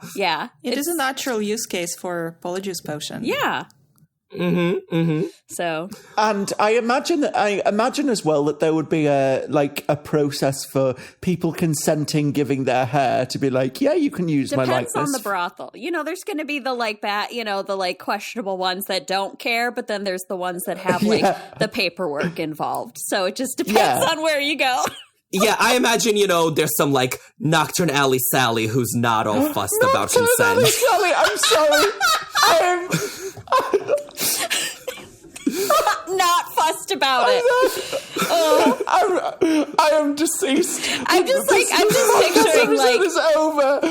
Well, listen, thanks so much for listening. I'm picturing this person taking a sip, turning into Slughorn, and being like, okay, that's what you're into? Fine, here we go. Well, let's get the crystallized pineapple. Let's do this. Yeah, exactly. Oh, Feed my. it to me, baby. The sand runs in accordance with the quality of the sexy times. Yes.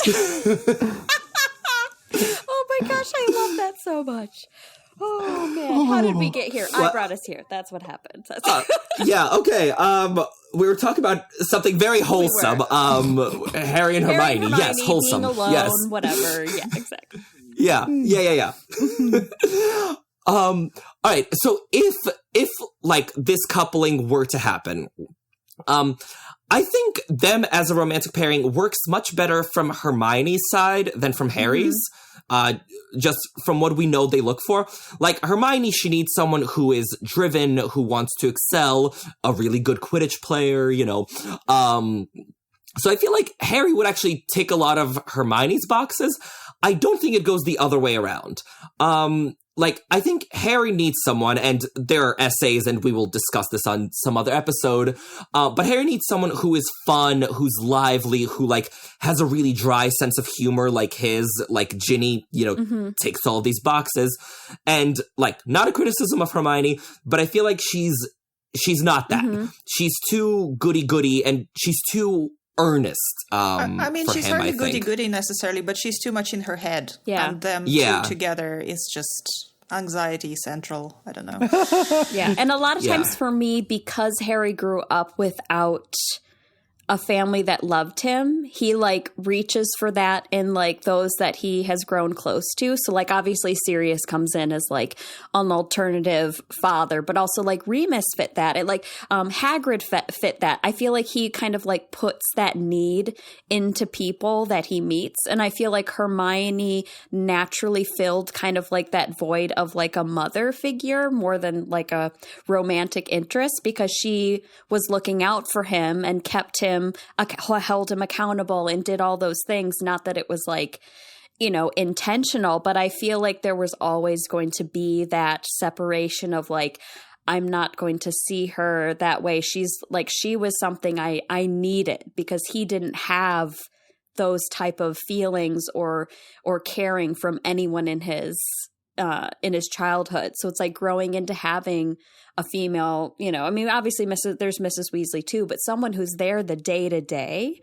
I think that it'd be kind of hard for him to separate those things. Not to say that obviously as they grow older and things change, feelings change. We see that between Ron and Hermione. So the same thing could happen with Harry and Hermione.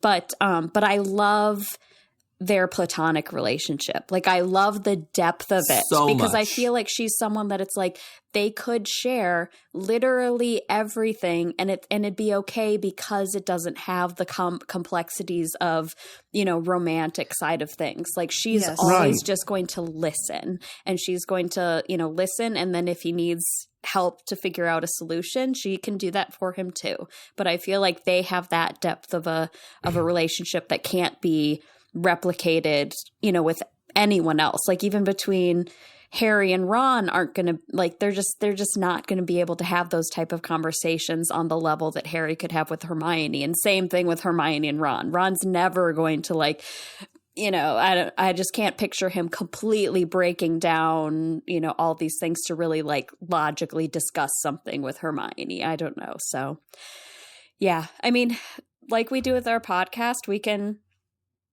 justify any ship. Like, it's like this could absolutely exist. But as far as, like, in comparison to, I don't know. I mean, I honestly am happy with Hermione being with either of these two, but also on the other side of things, like, I just want Hermione to have the best because she is one of the very few female characters. And I feel like, especially, sorry to go back to Ron and Hermione. I mean, we see so many problems with Ron and his personality and how mean he can be and like, just like really holding things against people. Like, I want Hermione to have someone who, like, loves and respects her the way that she deserves to be respected, not be toyed with, I guess you could say.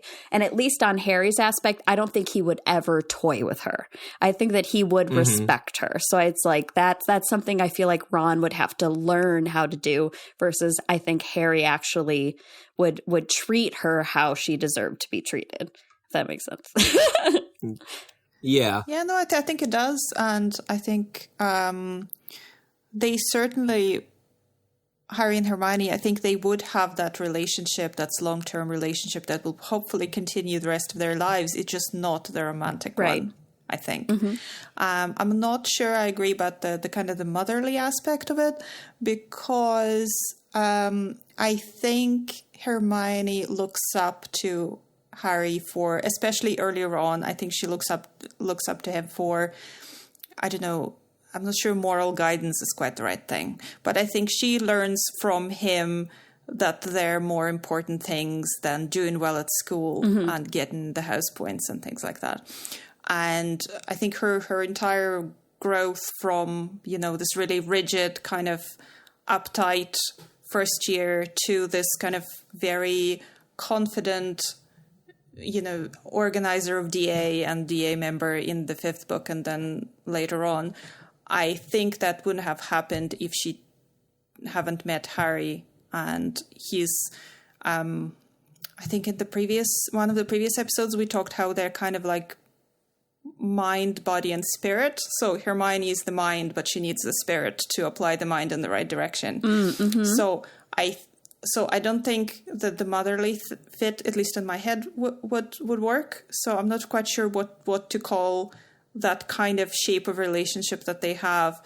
But, I mean, they certainly need each other, and they wouldn't have been the people who they are without each other.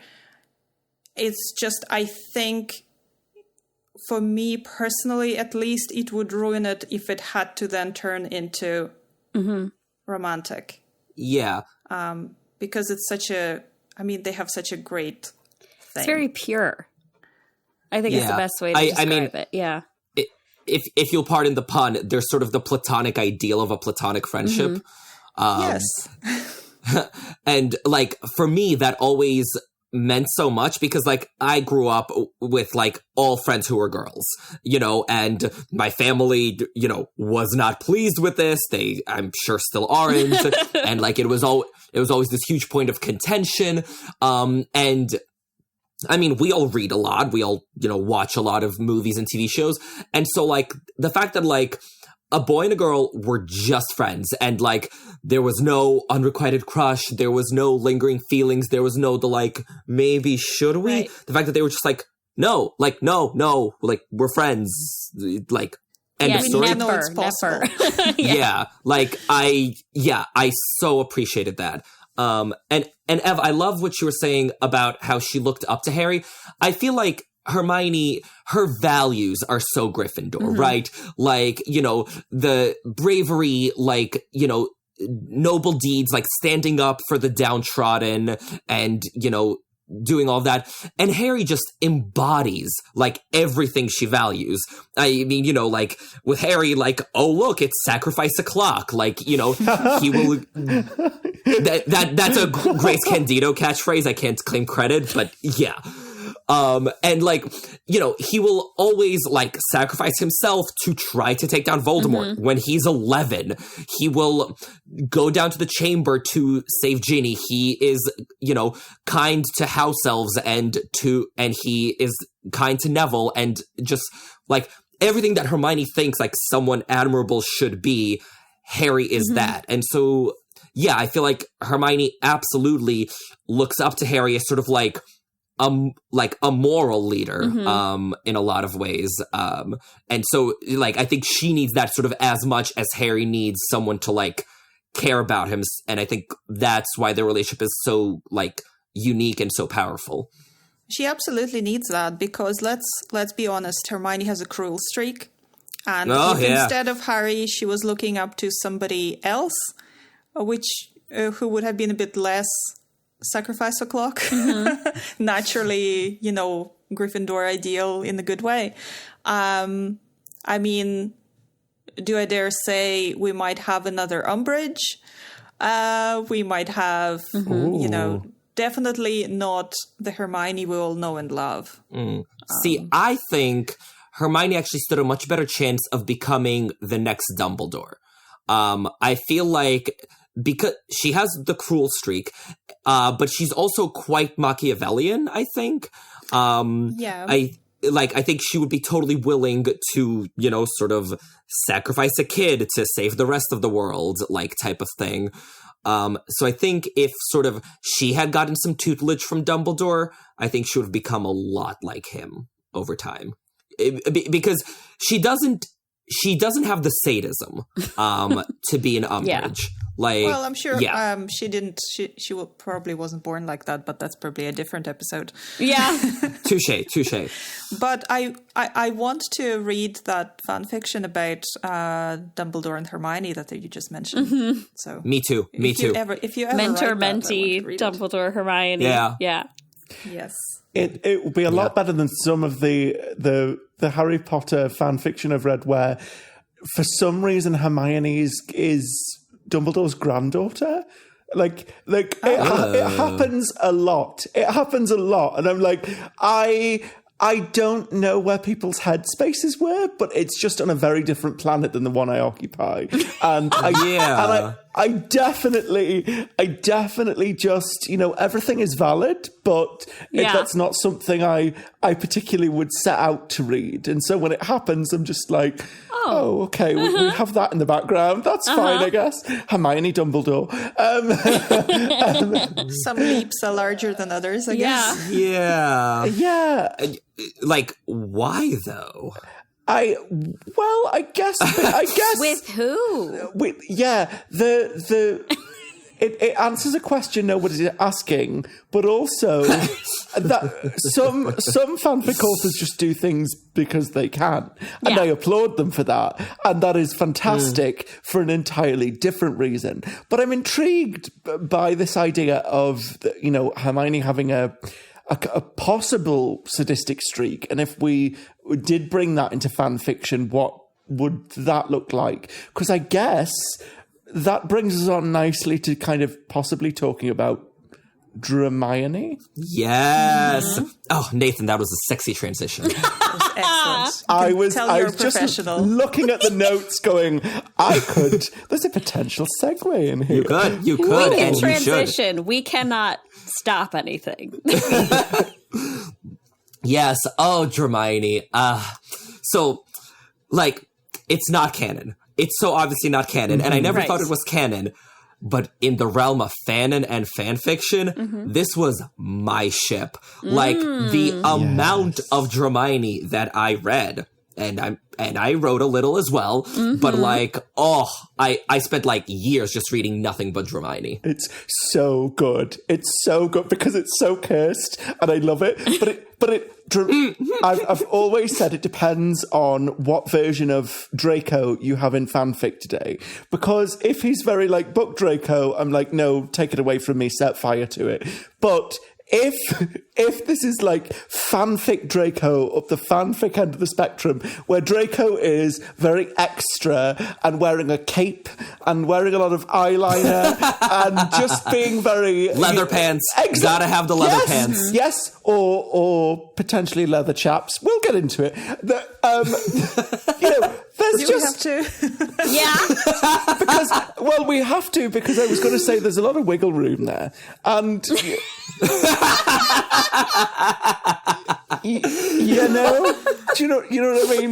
You don't even, those fanfics are the best because they don't even need a conceit. They could just be at a concert together and like, or Draco's the one on stage and Hermione's just there in the audience, and then they lock eyes, and it's just like, and Draco looked into her cinnamon star, eyes, and she's his manager. Like has the is the nerdy glasses and make sure that he is where he needs to go. And she doesn't seem like she's anything special, but the whole time he's been in love with her, or there is their story together. There we go.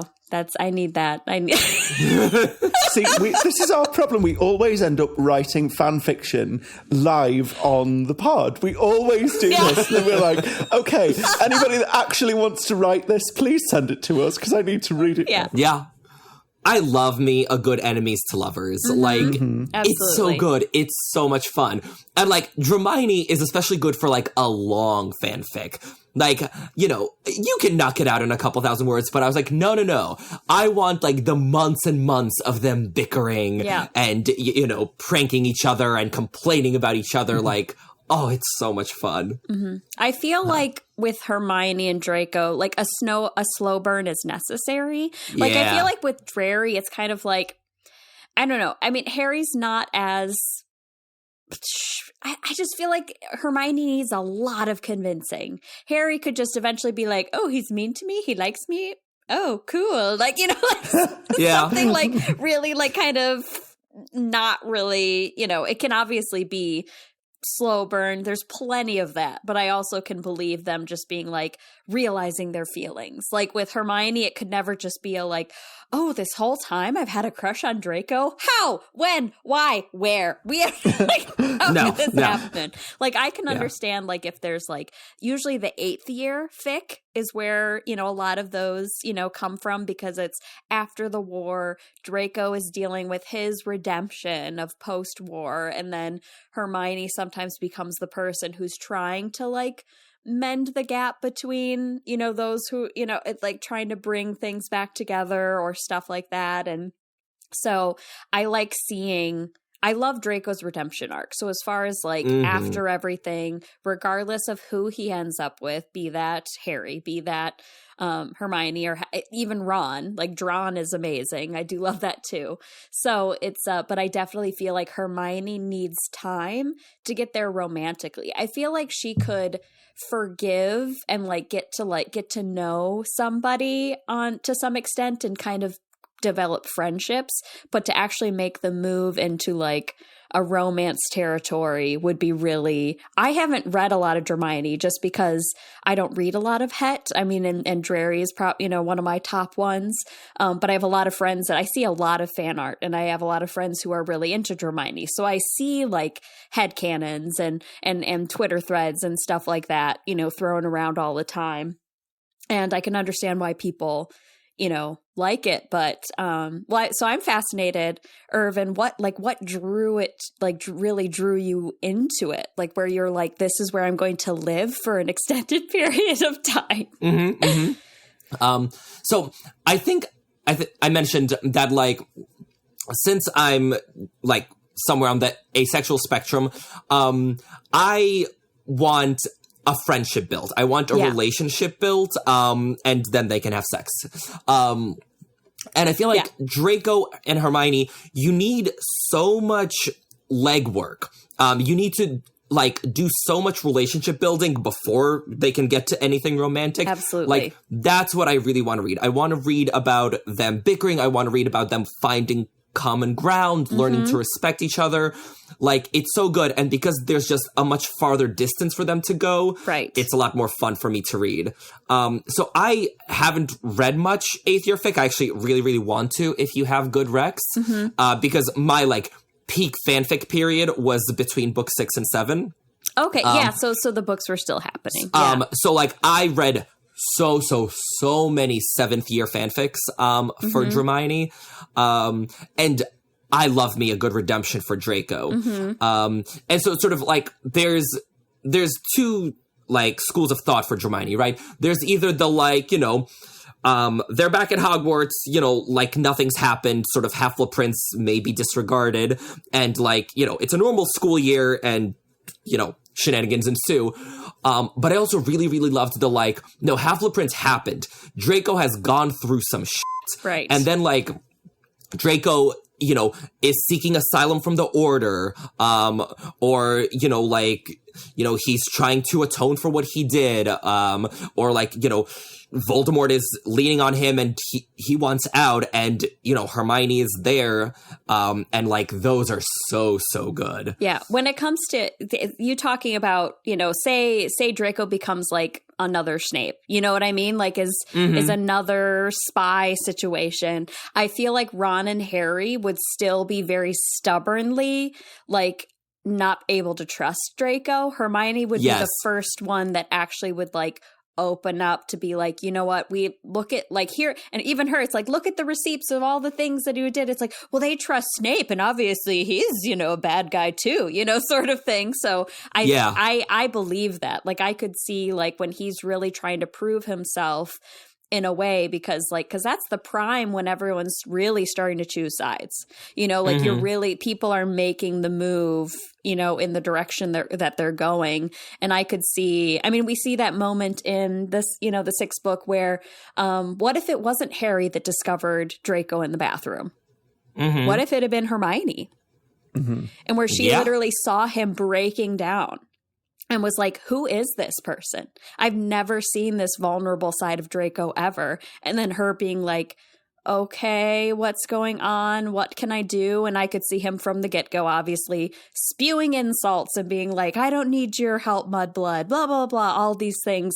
But she can't unsee that, you know? She can't unsee the fact that he's obviously hurting and struggling. And I feel like she wouldn't be able to do nothing. So I think Hermione has a much finer sense of like, you know, people who do bad things versus like just bad irredeemable people. Right. So I feel like, you know, Harry and Ron are just like, they're an asshole, so therefore they are bad. Right. And that's exactly. That. There's nothing to redeem. Yeah, exactly. Yeah. And Hermione would be much more the like, well, he's an asshole, but also like yeah. Like, maybe, like, we don't, you know, throw him down a well and forget about it. Right, exactly. And it's like, what are the reasons why he's behaving this way? It's like, oh, his father instilled in him certain behaviors and expectations that he needed to meet unless he was going to get, you know, in trouble for not following those things. And, you know, all these different generations of pure blood, you know, you think kind of like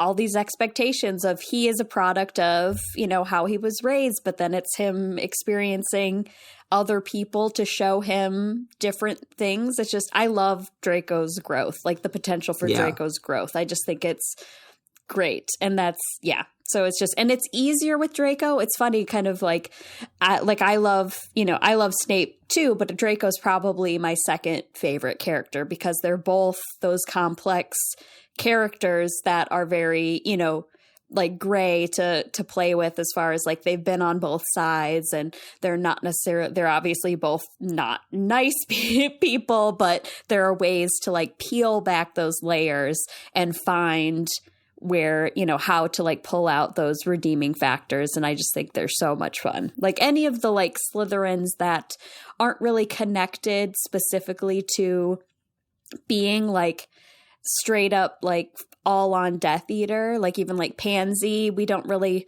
see her or her family really directly involved with, you know, the Death Eaters, but obviously as part of the whole purebloodness. I just think the Slytherins are so much fun. I'm not really sure I buy the Hermione being more kind of, I guess, forgiving and into looking at people's motivations and redemption and things like that. Maybe later after Hogwarts, but I don't think during, because I'm just trying to think of her brand of interpersonal skills, like when Lavender's rabbit dies and Marietta Edgecombe incident and incident with I think I'm losing words now. Rita Skeeter, sorry. Yeah. I feel like her. Yeah, it's like her. Like she's intelligent and book smart, but she needs growth in her emotional intelligence. Like she isn't attuned to those things. I'm thinking more like when they're discussing Snape's allegiance in Order of the Phoenix, and Hermione's like, well, I thought like he'd be a bit better because Dumbledore says he's on our side. Right. I feel like that's sort of more what I'm thinking, where she can sort of split out like, you know, the individual nonsense and then the like bigger like allegiances in the war. And so I feel like she could be like, Draco really sucks, but maybe he doesn't have to be on the Death Eater side. If it was another thing where like Dumbledore trusts him, like Dumbledore had his discussions with Draco, like Dumbledore has made this choice. Like I feel like she kind of, you know, the same thing where like there are things that she'll question, but also there are things that she'll blindly accept. And like if Dumbledore says it should be this way, like even through them searching for the Horcruxes of them being like, well, this isn't working, let's try this. She's like, but Dumbledore wanted you to do it this way. You're not supposed to go for the hollows. Like she was very strict to do exactly what. I think she's applying the rules that she's constructed for herself sometimes. So one of the rules is Dumbledore says, therefore, we trust Dumbledore, therefore what he says is correct. And if he says this about Draco, we should give Draco more of a benefit of the doubt. So what I'm saying is I don't think it comes from her having more of a capacity to look beyond, you know... like the empathy side of things. Yeah, so I don't think she has more empathy than Ron and Harry at all. Yeah. Agreed, yeah. Yeah, no, that's definitely a better interpretation of what I was trying to like say. Like it's like she'd be able to, I guess, like more, I don't know, like analytically look at something versus like the boys are just going to be like no, they have their opinions and there's no sort of hearing reason from anybody. So I think she'll be good for Draco in a sense that I was just thinking, because you were saying how you can kind of see Harry and Draco easier and faster than you could see Hermione and Draco, who need more, preliminary work before you can accept that it worked. I think it might stem, at least potentially, from the fact that Hermione, at least as far as we know, had a much more stable and normal home life than Harry did. So she is not going to go, Draco is mean to me, therefore he likes me. I'm going to go with this. She'd be like, no. This is not okay. Yeah. Not that nothing can happen, but things gotta improve a fair bit before things something can happen. Change. Well, I can see Harry kind of maybe going along with things a little bit earlier, a little bit more, just because hasn't been treated that well. And on some deep level, he's still not expecting it very much. Well, I think Hermione would expect to be treated better. Totally. Yeah, absolutely. Yeah. Also, as someone who has read a lot of Hermione, I just think I need to state this for the record. There is no separate dormitory for the head boy and head girl. Like, fanfic writers, that is not a thing in the text. Like, Percy is head boy and sleeps with all the Gryffindors in Gryffindor Tower. So, just for the record, not a thing. They do have a bathroom, though. where things can happen, I guess. Yes, they That's do. true. Yes, they do have the prefix bathroom, which is also a perfect setting for lots of people that it's like somehow get access to the prefix. Yes. Also, both Draco and Hermione know how to get into the room of requirement. That too. Correct. So again, there's no need for a separate head boy, head girl they dormitory. can make exactly what they need. Yes. But there's possibly also, I know this is non-canonical, but who's to say there isn't more than one room of requirement? You know, more than one person has to be requiring more than one thing at once in that giant castle. Right. So there could be Oh more God, than I'm one. just picturing like a queue outside the room of requirement of like couples, like, you know, needing their half hour. Or a sign-up sheet, you know, like for hour blocks. You know what I mean? Like it's just Yeah, exactly. with half-hour windows for desanitization. Oh my goodness. Oh, that's amazing. That's disgusting. Those poor house elves that are assigned to. Yeah, those house elves hate their job.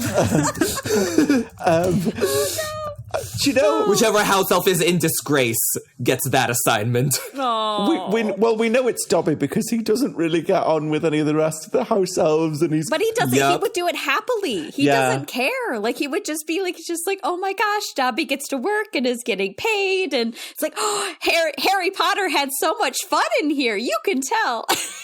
Yeah. And he will keep bringing up what he saw in the room. Oh yes, And all the other house elves would be like, please stop talking. We just want to know. So. Dobby found these exquisite pairs of socks, and they're like all like crunchy. Oh no. Dobby has found new socks. Oh boy. Like, Dobby, please put those away. I can't believe I'm going to be the one to do this. But anyway, back to Hermione. I was going to say, one of the things that I think is really interesting is so far we've talked about this from the perspective of Draco being redeemed. But what if we go the other way? What if we throw the rules that we associate with Hermione out the window and we embrace dark Hermione? Then, you know, because what if she loses Harry or Ron in the war? And like, we're in a post-war scenario where, let's say, you know, the light side won, but she cannot get over her grief and rage and despair and upset and everything else. And in that emotional tumult, because her emotional intelligence is so volatile and all over the place, she turns to someone who's been through something similar. Enter Draco. I mean, what do we think of this? I can see that. I'm down. I do like dark Hermione thing, because I think another thing, like it all goes to like, it's like finding someone that she trusts. And then we talked about like the rule following of like, this is, you know, I feel like if she doesn't have the answer, what does it make me think of? Dang it. I'll have to think on it. But like searching for an answer to something, but then no one she knows has the answer. So it's like you're seeking elsewhere. Like, who would be able to tell me, you know, that has, like experienced something different or may have the knowledge or access to the knowledge, you know, be it that I need. And then that could be, you know, it's like, oh, the Malfoy family library, the Black family. I mean, it's just, there's just so much opportunity there to like, she needs him for, you know, for something that initially it was a tool. Like initially he was a tool she needed for something. And then because he was there along the way, you know, things change. Oh, he's a tool, all right. Yeah, Very good. He's a tool. Touché. He's a tool. And he is a tool. And he has a tool. Yes. Yeah. You know, I think I read, like, not a lot, but definitely a few Dark Hermione ones popped across, you know, my feed as I was reading Hermione, and yeah, it's interesting. There was one called, oh gosh, I shouldn't recommend this on the podcast, but whatever. It was called Delightful Pain by Queen of Serpents. It was one of those aforementioned fanfics where I learned a lot at 13. Yeah. In that one, Hermione went very dark, and it was very compelling. I think it's probably compelling because you can kind of see how it can happen for her character. Yeah. It's not entirely out of character because she does have that kind of side. Mm-hmm. Yeah. Well, because so much of, like, opposites attract stuff, right, is, like, they kind of meet in the middle and both change. And I feel like the paradigm is sort of for Hermione to change Draco and make him a better person. But I think it's plausible that, like, yeah, they do meet in the middle more. Mm-hmm. Mm-hmm. I feel like the ship, though, like, it brings out a lot more fun in Hermione than either Ron or Harry do. Just because, like, Draco's such a good bickering opponent for Hermione. And, like, she can be so savage with him. Like, she cares a lot about Ron and Harry, so, like, you know, she wouldn't, like, there are lines she wouldn't cross with them. With Draco, like, you know, all bets are off, and, like, Hermione can be savage, and, like, that's a lot of fun to read.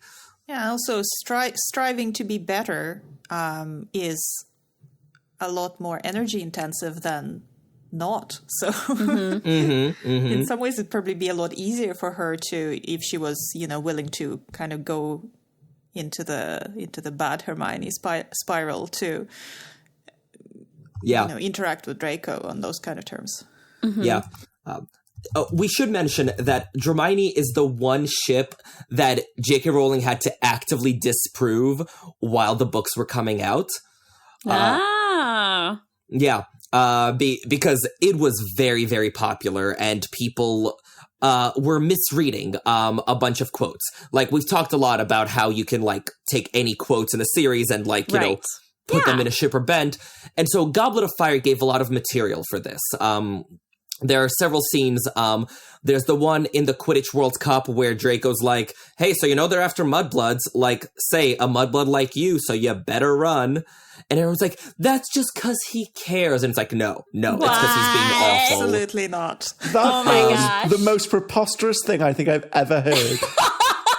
Yeah, such a stretch. Get out of here, mudblood. Like, dramatic, like, it's like, just get out of here. Yeah. And then there's the one where, like, you know, Hermione shows up at the Yule Ball and Draco was looking at her and couldn't think of an insult. And it's like, no, that's not because he's in love with her like Ron is. That's because he's furious that Victor Crumb took her. I know. He's just like, he literally is just gagged. Like, he literally, it's like, what can be said? Right. It's not like, it's like he's been trying to get close to him, you know? It's like, he's Karkaroff knows my father, blah, blah, blah, and all these things. Because he so looks up to Crumb. Yeah. Crumb's a great Quidditch player, like, you know, international renowned. And he's like, and Crumb, having his pick, went with Hermione. Like, he's just, you know, flabbergasted. Yes. But so, like, after Goblet of Fire, like, you know, the Hermione shippers were out in full force.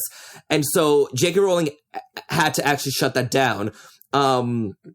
In an interview she did in, like, 2004, so, like, halfway between Order and Half-Blood Prince, she said, like, actually, this is a really good place to answer a question about Draco and Hermione. Will they end up together in book 6 or 7? No! In all caps. We're like, okay, so we're not doing that.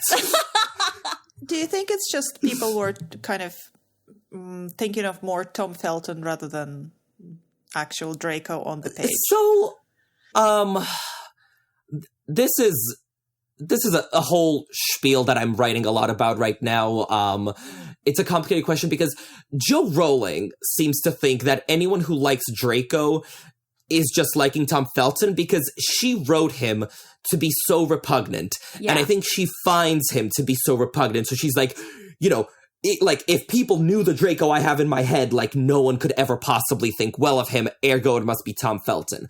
Right. I think it's misguided on her part. I think she doesn't give readers enough credit on this subject. Mm-hmm. I think, you know, like, yes, there's that, but also, like, people like a bad boy, and she wrote him to be very shitty, but she also wrote him to be redeemable. And I think that's very powerful and very attractive to people. Mm-hmm. So I don't think that everyone is just picturing Tom Felton when they like Draco, but Jo definitely thinks they are. I guess it's just really unattractive to her, so she can't yes. picture. Mm-hmm, mm-hmm. Well, yes, because, like, the way she wrote him, he is just terrible. Right. Yeah. Well, because Alan Rickman made Snape, like, lovable. Like, I feel like it kind of, like, he did a great job in his character, but it's very different from book Snape. So that's where it's like, it's like, especially for those that have only seen the movies. Right. You know, there are people who literally just know what they've seen on screen and don't have all those little things, you know, that we get from the books. Yeah, but Jo doesn't take it as personally when people like Snape. I think because she's a Gryffindor. So, like, in her mind, Snape, like, was brave and sacrificing. So, like, okay, he's not all bad. Whereas because she's a Gryffindor and Draco is the epitome of Slytherin, just like the perfect pureblood Slytherin prince, like, she just cannot fathom liking him. Right. Because even, you know, near the end of the series when we talk about, like, yeah, he can be redeemed, I think she pushes the cowardice aspect to be less more of like, oh, he's redeeming himself. It's just like, oh, he's a scared kid, or he's, you know, it's just, So anyway, but. Yeah.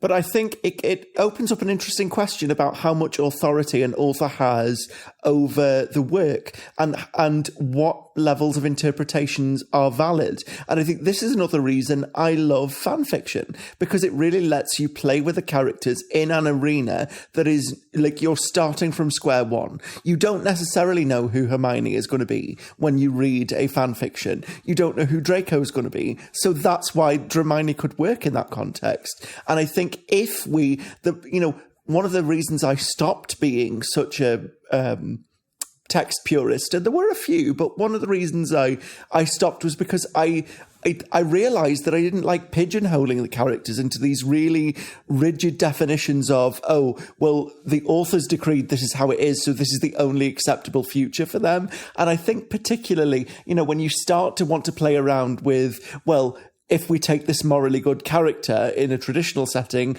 and make them make some dubious choices, what does that do to the story? I think these throw up, like you say, some really fun and interesting and complicated ideas. And without that level of nuance, I think the world would have, you know, gone the way of the dodo a long time ago. Yeah.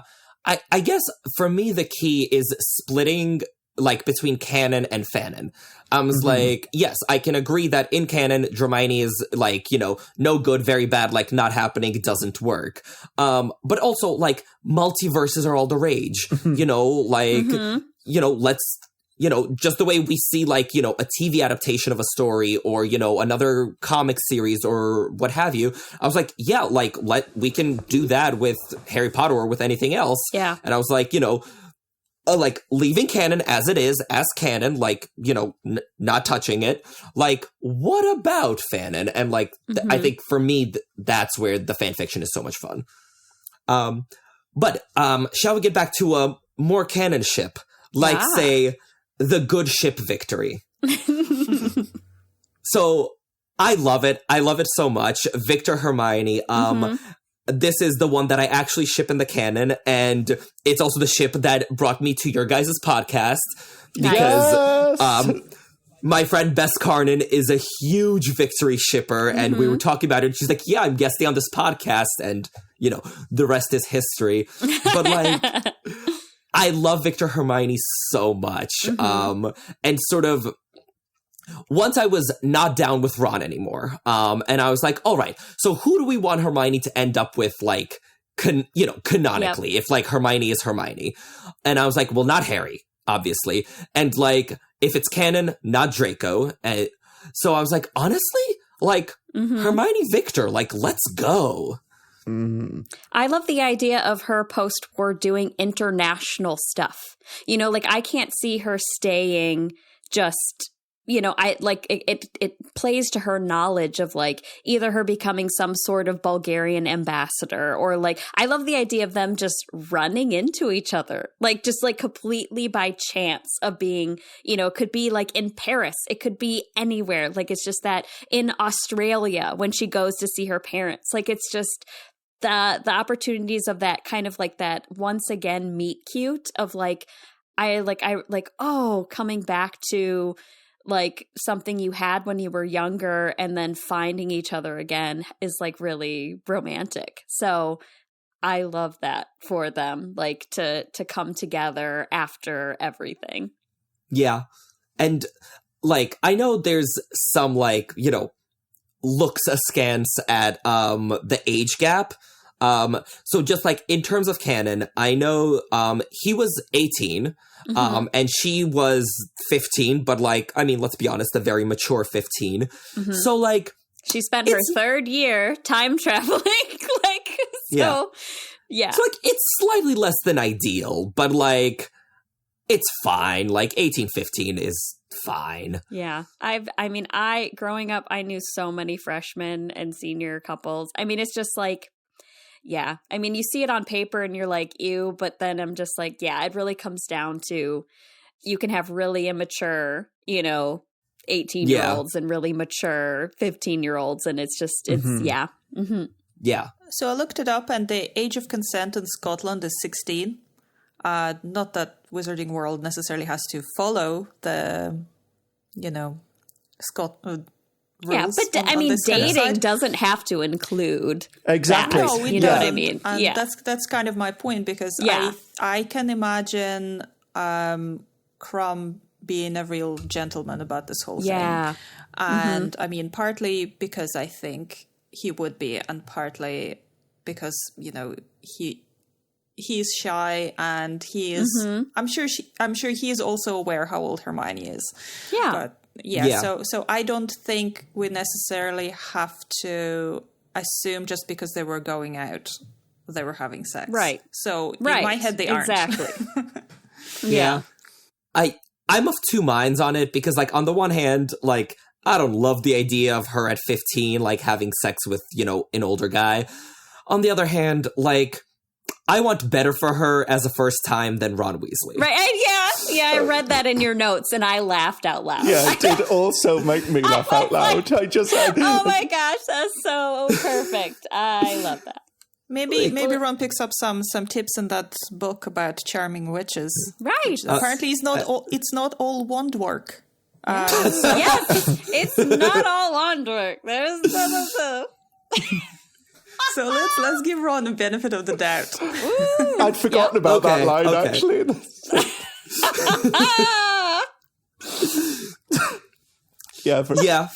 Fair enough.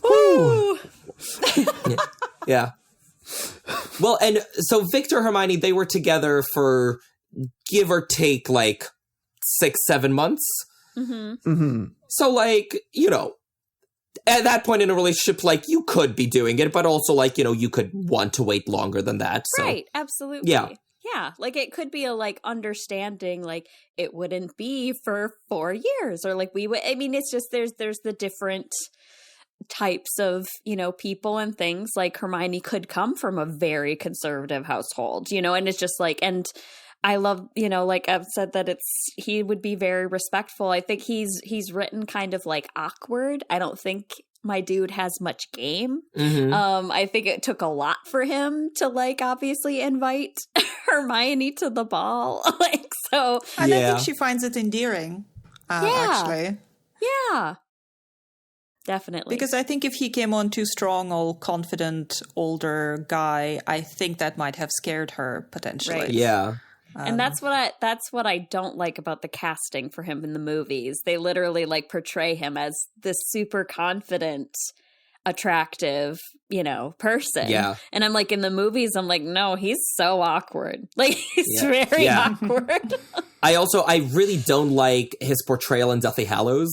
Like, generally, like at the wedding. Yeah, I'm like generally like like Jo Rowling is writing the books, like she knows best. Right. But that's like one of very, very few instances where I was like, nah, she got it wrong. Because just like he shows up in Deathly Hallows as like a completely different person than the one we met in Goblet of Fire. He's very cocky, confident, and like like suddenly he's like an international sports superstar, like wanting to sleep with all the girls, and I was like, no, no, like. I mean, go reread you can Goblet of obviously Fire. Mature within however many years, but it was definitely a big personality shift. Yeah, like it's one thing to become confident and more comfortable, but it was very different. It is a weird thing though to be an ex at a wedding, and not necessarily at their wedding, but it's just.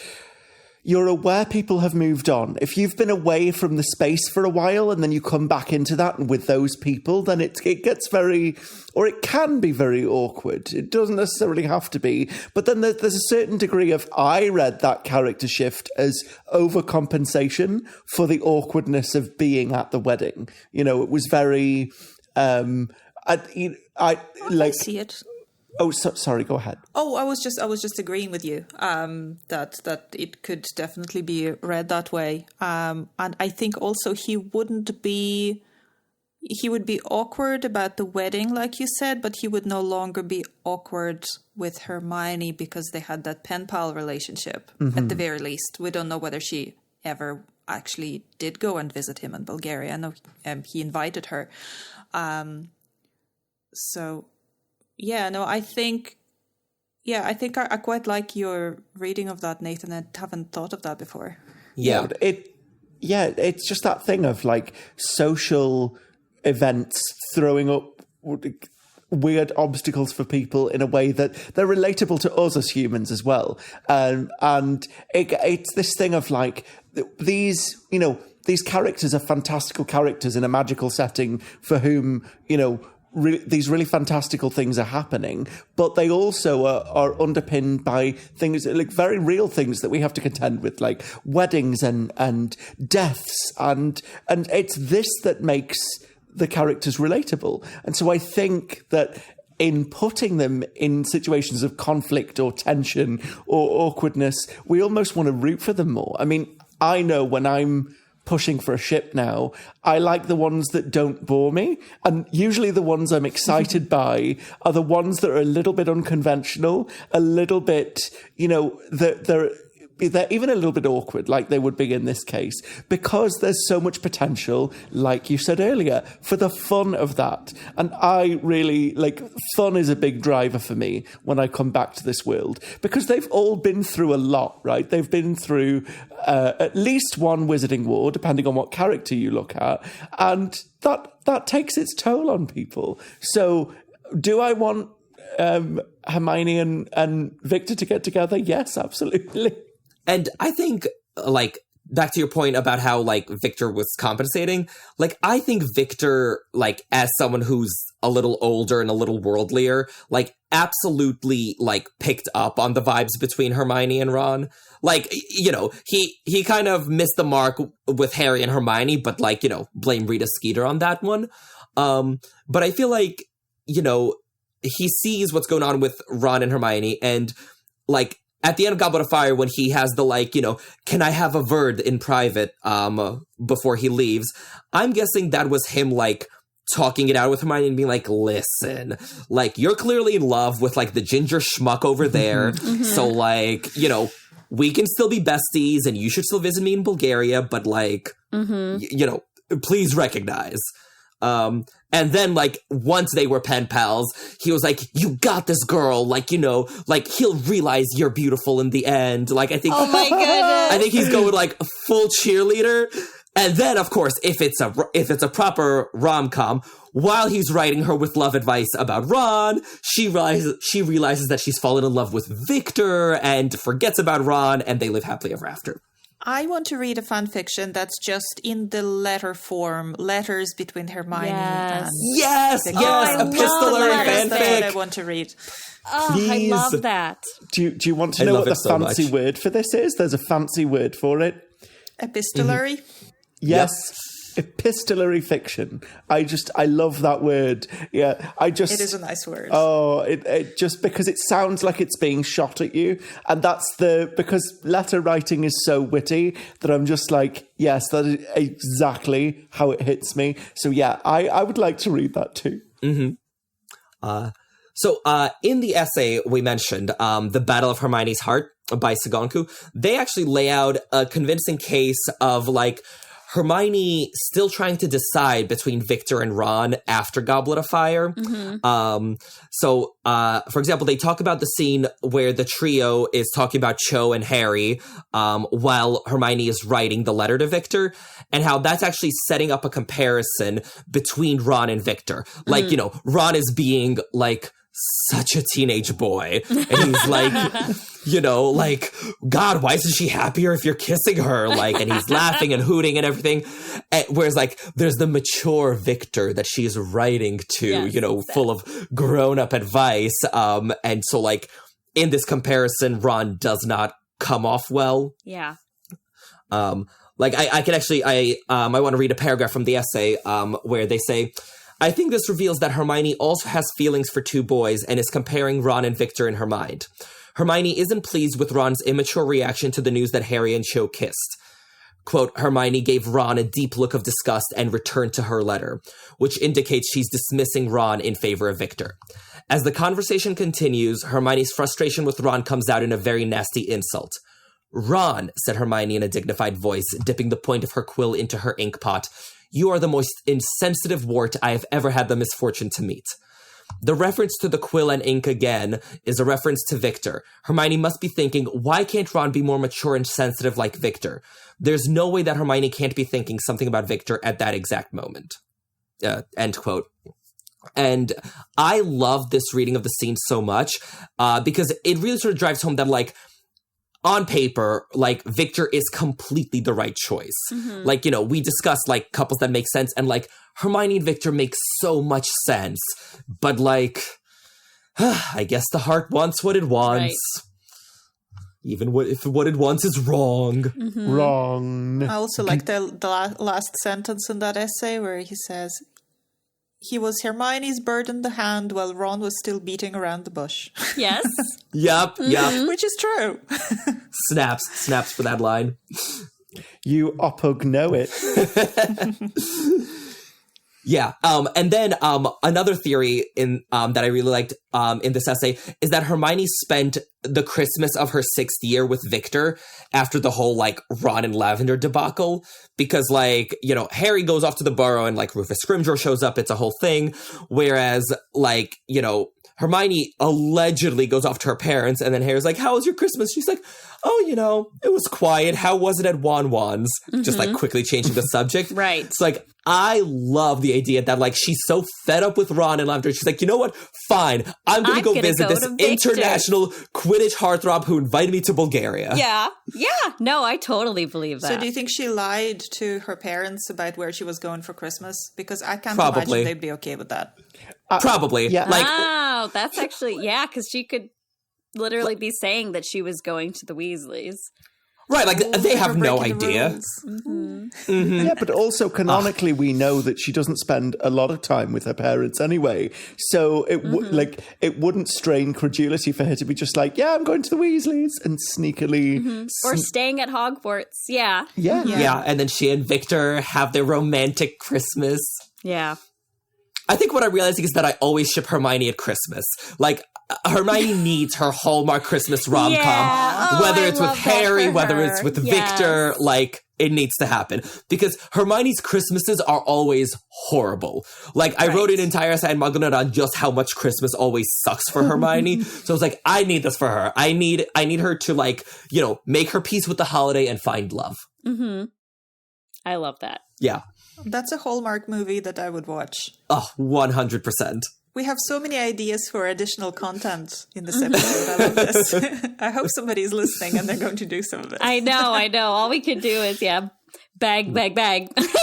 Please. Yes, please write me this fluffy Christmas Director of rom-com. Hallmark Films that is clearly listening to this podcast right now. Right. You know who to Obviously. contact. Yeah. You know, we'll do like an AU thing that, you know, we know who it is. But like, we know.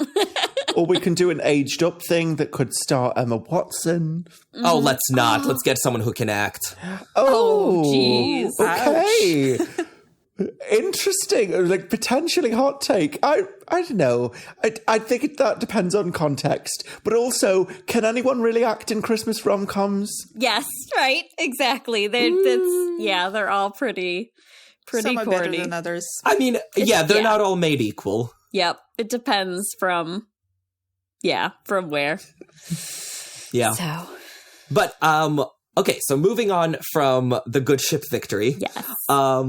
I want to talk about one that I don't see as much, but one that is very near and dear to my heart, which is Fred Hermione. Like, it is so much fun. Like, they're so great.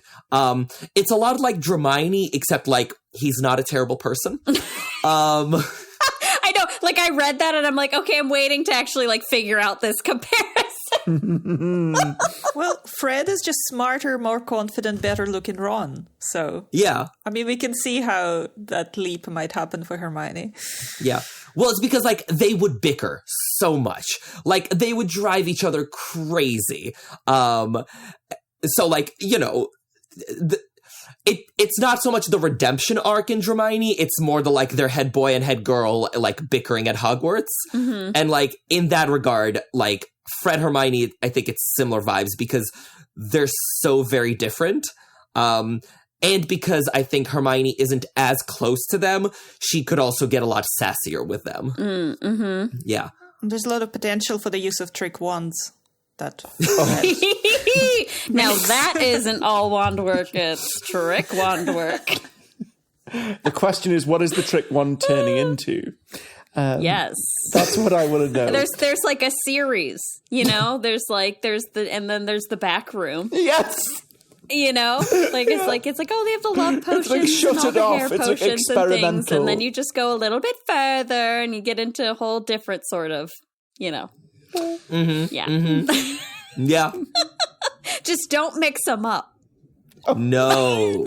Like don't, you know, it would be funny if something ended up in the wrong bin and like someone was like, oh yeah, I'm going to give this to somebody, it'll turn into a rat in the middle of Transfiguration. And Oh, no.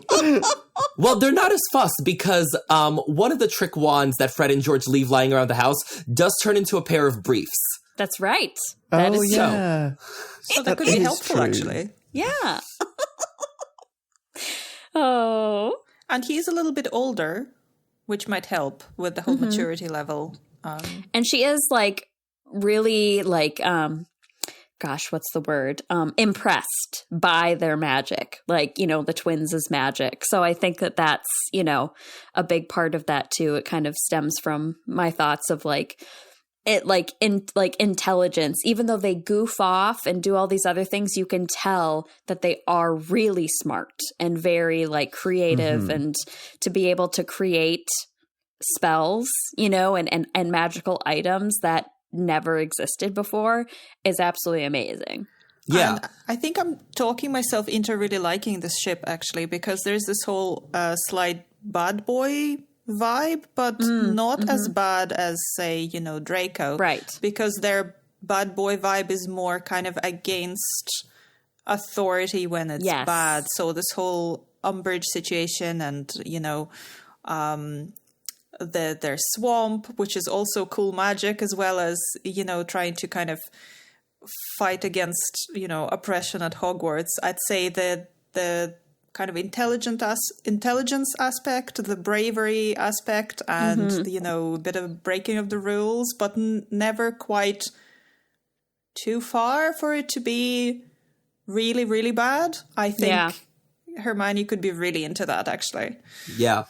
Well, and like on the flip side, like we discussed how Hermione does have a rebellious streak, and I think Fred would find that very attractive. Like when when Hermione's like, "It's fun, isn't it? Breaking the rules." Fred is like, "Oh, be still my heart."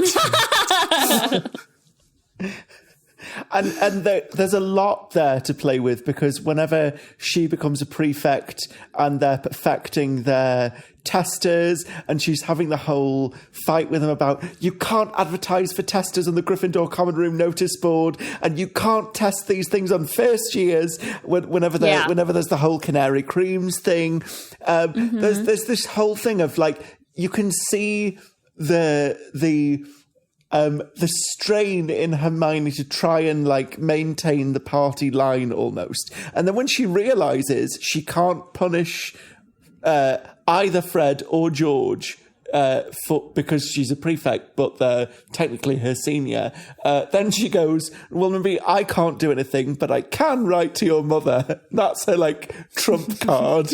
Yeah, Right. I love that. And they think it's just completely below the belt. Yeah. Yeah, but also with the Weasley products, right? I remember she was so impressed with, like, the headless hats, and she's like, how did they do that? And so I feel like it shows that Fred has that, like, intellectual curiosity that she would want. Like, he's not just really good at magic, which he is, but he also, like, wants to experiment and push it further. And I feel like Hermione would be really, really into that. Oh, and as we said, she likes good Quidditch players, so. I kind of had a question coming off the back of this ship, which was, like, why Fred and Hermione and not George and Hermione? I don't know. Like, I don't have a good answer for you. I guess Fred was just sort of always, like, the leader of the two twins. He was the one who was a little bit more out there. He was the one who was a little bit, crueler sometimes. So just, yeah, I feel like sort of he has that, like, leader, like, protagonist in a rom-com energy. Yeah, that's fair enough. I hadn't thought about it like that. I guess in my head, I just sort of grouped them together perpetually. Yeah. I haven't read this much, but I would be really curious to read, like, a George Hermione fic after Fred's death, and sort of, like, how, like, the dynamic is different with, like, George when he, is bereaved and, missing Fred and all that, as opposed to the, like, lively, like, fun twins without a care in the world, because that's really more of what I've encountered. Yeah, I mean, it's kind of like the Angelina thing. I mean, we don't know how in-depth the Fred-Angelina relationship was. Like, they went to the ball together. That's as much as it could have been, or it could have spurred into something more that lasted longer. But then it's like, then she ends up marrying George after Fred is gone. So it's like... Yep, totally healthy. Yep, yeah. Also, I do have a fanfic rec. This is one of my all-time favorites. Just a Harmless Joke by Crazygirl47 over on fanfiction.net. It's like a really long Fred Hermione one, and it's so much fun. Like, me and my best friend, like, we would, like, read and reread this one. Nice. Awesome. Really, I'm definitely going to check that out. Thank you so much for that. Yeah. So I'm gonna buy your book. I'm also going to read this, and then there was something else I had to do that I've forgotten. Come to New York for our meetup in February. I mean, I'd love to do that, but, like, pending infinite money and, like, availability of travel. But sure, yes, I would. Yeah. Like I will quite happily dial in virtually, because that sounds like an amazing, like, for sure. That, like, yes, sign me up. Yes, Irvin, are you going to live stream this? No, because we don't have the technology figured out, and, like, kind of don't want to bother figuring it out. Yeah, you're just hanging out. Yeah, it's fair. Yeah, I get that.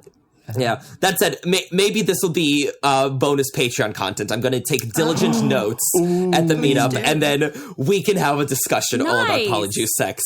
That sounds great. Not apology sex, but the discussion about it. Yeah. I mean, I think it sounds great, but maybe that says more about my internal psychology than I want to reveal on this podcast. Right. Yeah. Well, no, like, me and my friend, we were having a debate about this, because it's like, would you be okay with someone, like, using your hair? And I was like, hell yeah. Like, doesn't cost me anything. They have a good time. I feel like, it's like, go I'm nuts. flattered. Like, Yeah, exactly. Yeah. Right? I mean, as long as the other person knows that it's not actually you, I think that's exactly. fine. Yeah. Because otherwise it's a So bit someone unethical, doesn't just show up at your house and is like, thinks you're dating. Yeah. Right, yeah. Yeah, because that would... But, like, yeah, if it's a brothel, and, like, everyone's aware of who's who, then, yeah, go nuts. Yeah. Definitely. I'm in full support of this. Anyway. So much. Anyway. Sorry. Wow. The reason we're having that meetup is because my co-organizer keeps bringing up polyjuice sex at all our meetups, and I feel like she's rubbed off on me. Nice. Hermione's love life.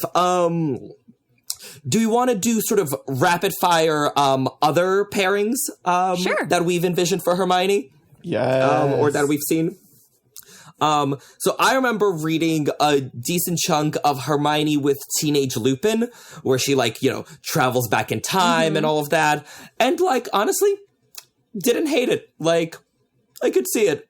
Yeah, and another person who's, like, really smart, like has the intelligence aspect. And so and like she would go back with the knowledge, I'd assume, that he was a werewolf, and not many people would know that. So I think that she could kind of come into it as being someone who's like, oh, I need to be someone who's going to help, you know, and then that kind of brings them close and things like that. And I've also seen, like time travel Hermione, either to go back for Remus or Sirius, or, you know, there's Hermione, like kind of like you said, they were just throwing Hermione with everybody. Like, absolutely, like, we have everybody. What are we gonna do? Yeah, sort of thing. What about Hermione and Neville? Because Neville did invite her to the Yule Ball. I do love that. Like, I could see that later on, and he usually gets the short end of the stick, but it's like as it, you know, gets later on, he's still a Gryffindor. He still has bravery. So I feel like, you know, we keep coming back to that bravery aspect. I could definitely see it. And I think that would be a very sweet, wholesome, you know, ship. Yeah. I don't know if I can really see it, because I think Hermione needs a more forceful personality. Otherwise she'd kind of like steamroll all over him. Because, like, again, so many of the ships we found for her are like, she's gonna bicker with somebody and she's gonna love it. Yeah. So yeah, Neville may be too sweet and gentle for our Hermione. Because I've read a lot of Neville after the war, because of course he comes into his own. I mean, he literally confronts Voldemort head on and is like, has no fear with that. Like him actually like coming into a more like dominant, like confident role post-war. So like it's kind of like a bit of a shift. So he's not so much of that like docile whatever, which I could see Hermione being drawn to after the fact. You know, like if they were working together or something, had some sort of circumstance where they came in contact with one another again. Like that's where I could feel like if we get that little bit of a shift in Neville versus like I couldn't see them dating at school. Like I couldn't see that happening ever. I just, you know. Yeah, I see. I'm realizing because like you came to fanfiction later, like my entire fanfic frame of reference is the like, you know, pre-Deathly Hallows, like, will they get together in year 7? I was like, oh yeah, like maybe after the war, like, yeah, I still need to mentally adjust for that. Right. Yeah. I mean, that's true. Yeah, because I definitely not younger Neville, because I feel like it would be too much like he's ending up in a similar relationship as he has with his like grandmother, you know, like this big forceful kind of maternal-ish female personality, because I can see Hermione being maternal with Neville, like the early Neville. I think later Neville, not so much once he's gone through the, you know, the year 7. I think it's quite different, or even, you know, starting from year 5, it starts getting quite different for him. But the younger Neville and younger Hermione is like, oh, it's just a disaster. Yeah. Other rapid fire ships? How about Hermione Luna and Hermione Ginny? Hermione Luna, it's harder for me just because Luna doesn't grow out of like her whimsy and believing in the like illogical and like things that can't be proven or actually real. And I feel like Hermione would struggle with that. Not that it couldn't be something that she could eventually find endearing in Luna. I just feel like Luna just constantly drives Hermione crazy. It's just, that's how I see it. Whereas like Hermione and Ginny, it's kind of like she's getting getting the femme slash version of Hermione and Ron. Like say Harry and Ron end up together and then it's Hermione and Ginny, because Ginny's another really strong, confident, gifted witch, also a Quidditch player. I was going to say that. But I didn't want to interrupt you. I was like, she loves a Quidditch player. Exactly. Yeah, I could see Hermione Ginny.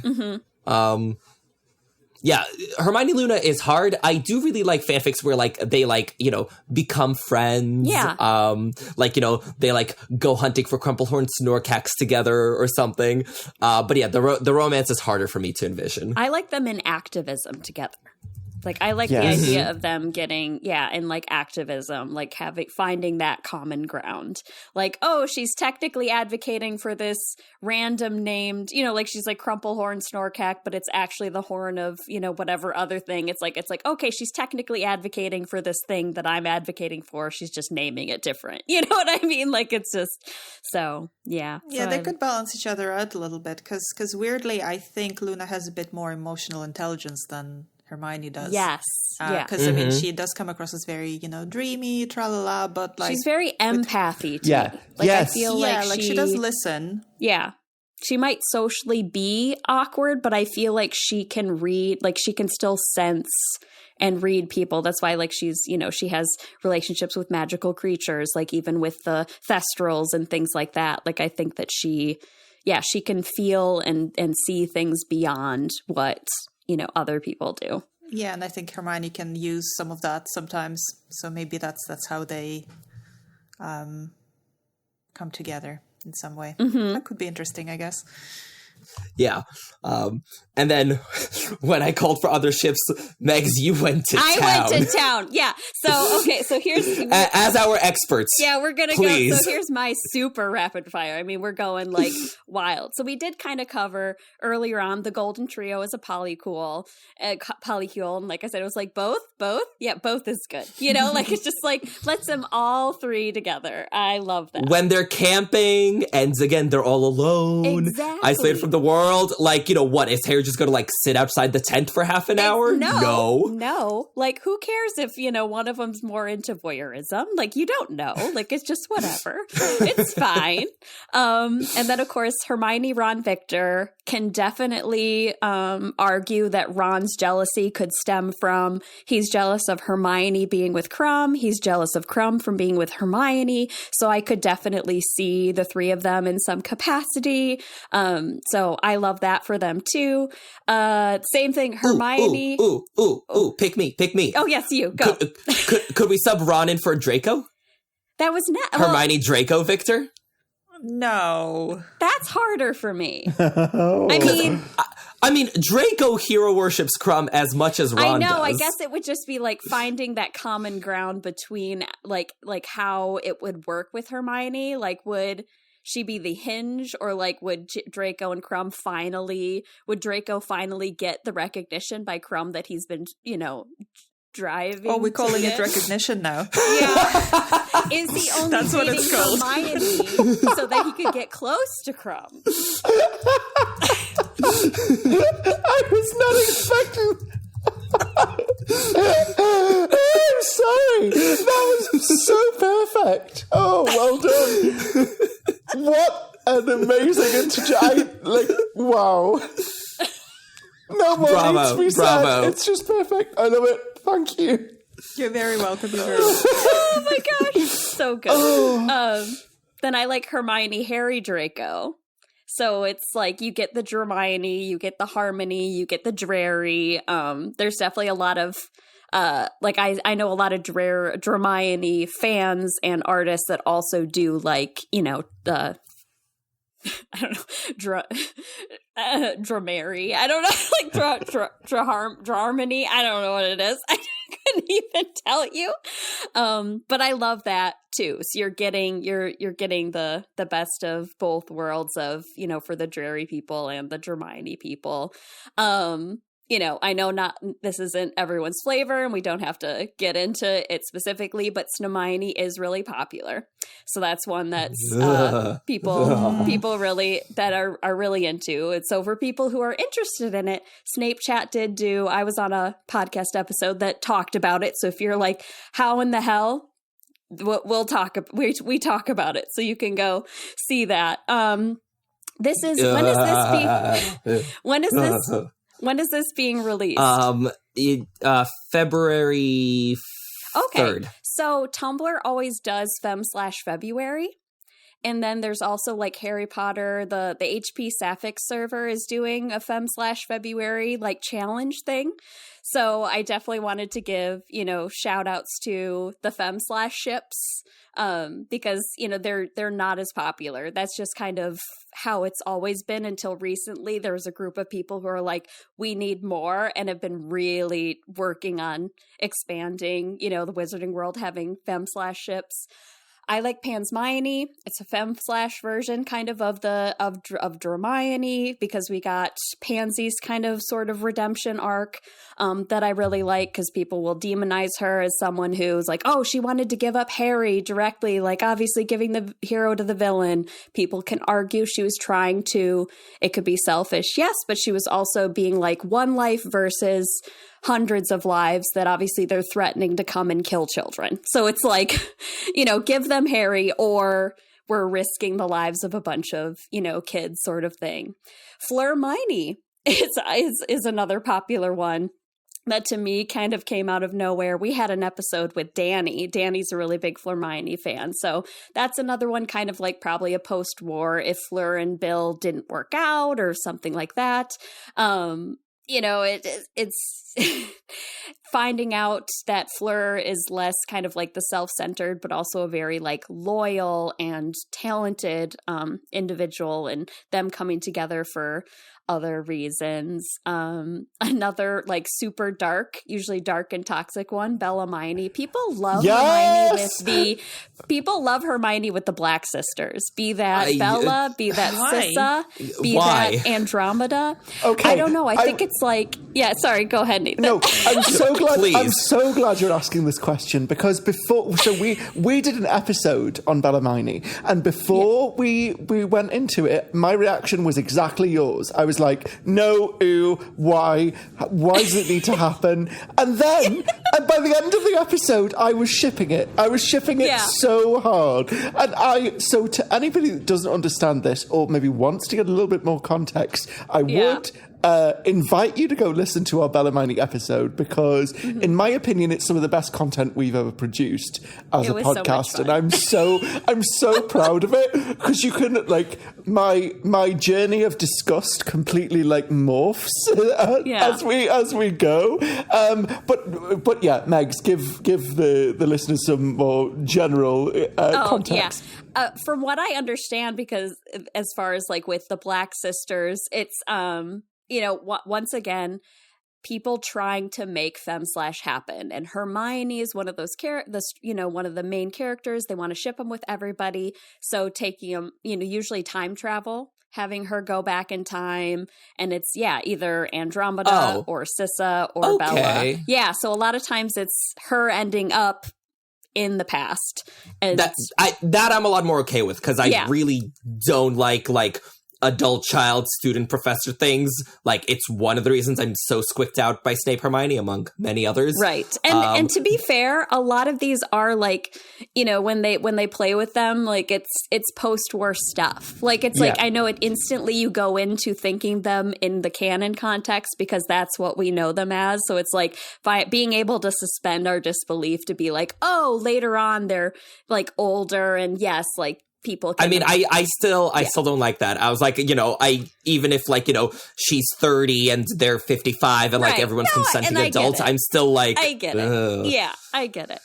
So especially since there is a history of abuse from both Bellatrix and Snape towards Hermione. So it's kind of that's where my ick would be coming from. Right. Yeah. That's if you want to make an argument for Narcissa Hermione, which I don't know that you do, but if you do, in Deathly Hallows, Narcissa is the one to recognize her. She's like, wait, it's that Granger girl that Harry Potter's been traveling with, being like, yeah, I bet she recognizes Hermione. Well, then she clearly is in love. Yes. That's clearly. Why somebody might Literally pull that recognize from somebody canon. else. We're doing a Ships whole have been meta built on less. thing. Yeah. Oh gosh, and I had put in here kind of as a joke, but also like funny. It's like, oh, they like her with the Black Sisters. She's always had always had to parent Harry growing up in lieu of his own. So how fitting for her to become his husband Draco's stepmom. Very. Wow. Wow. Wow. Oh. Yeah, okay. You asked and you received. You're right. I did ask and I did receive. And I think on that note, let's talk about what's playing at the pub's jukebox today. So Ev and I both picked a song, and for me, if we're talking about Hermione's love life, I don't think anyone has done it better than Team Starkid and Granger Danger.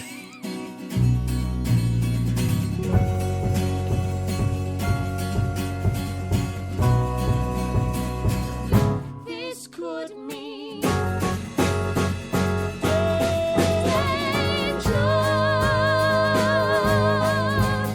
I'm falling in love, falling in love, falling in love.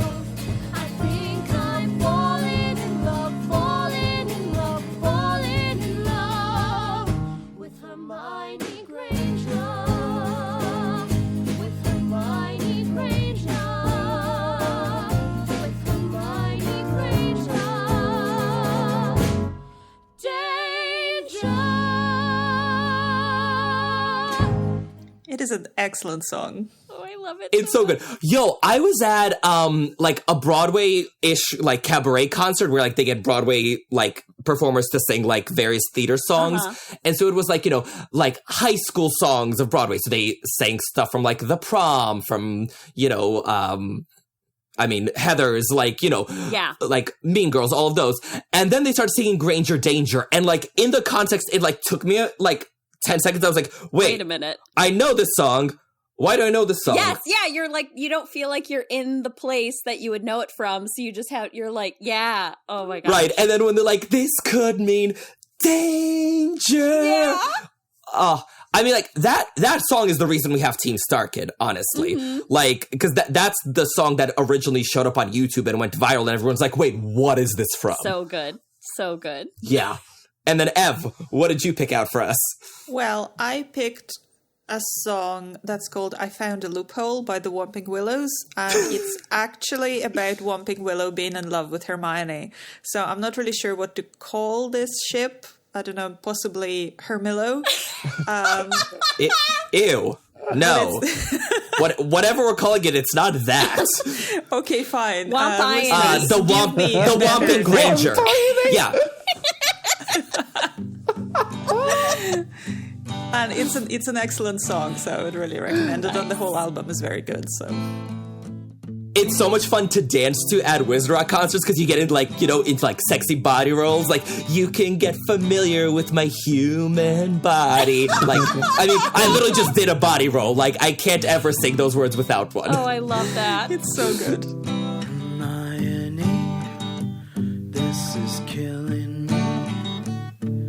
You seriously a tease just for existing close to me. My curiosity keeps me in captivity. You're gonna make this tree a slave to pure insanity. 5 years it's been since we first met. Now you're kicking it with house dolls and your every teacher's pet. But to you, a tree is just a tree. What would it take for you to wake up and get next to me? Oh wait, I'm a rock star, and not just any rock star. I'm a wizard rock star, and I rock out in a human body. So Hermione, I found a loophole. Why don't you come and check out one of my rock shows? I'll take you to the after party. You can get familiar with my human body. My human body.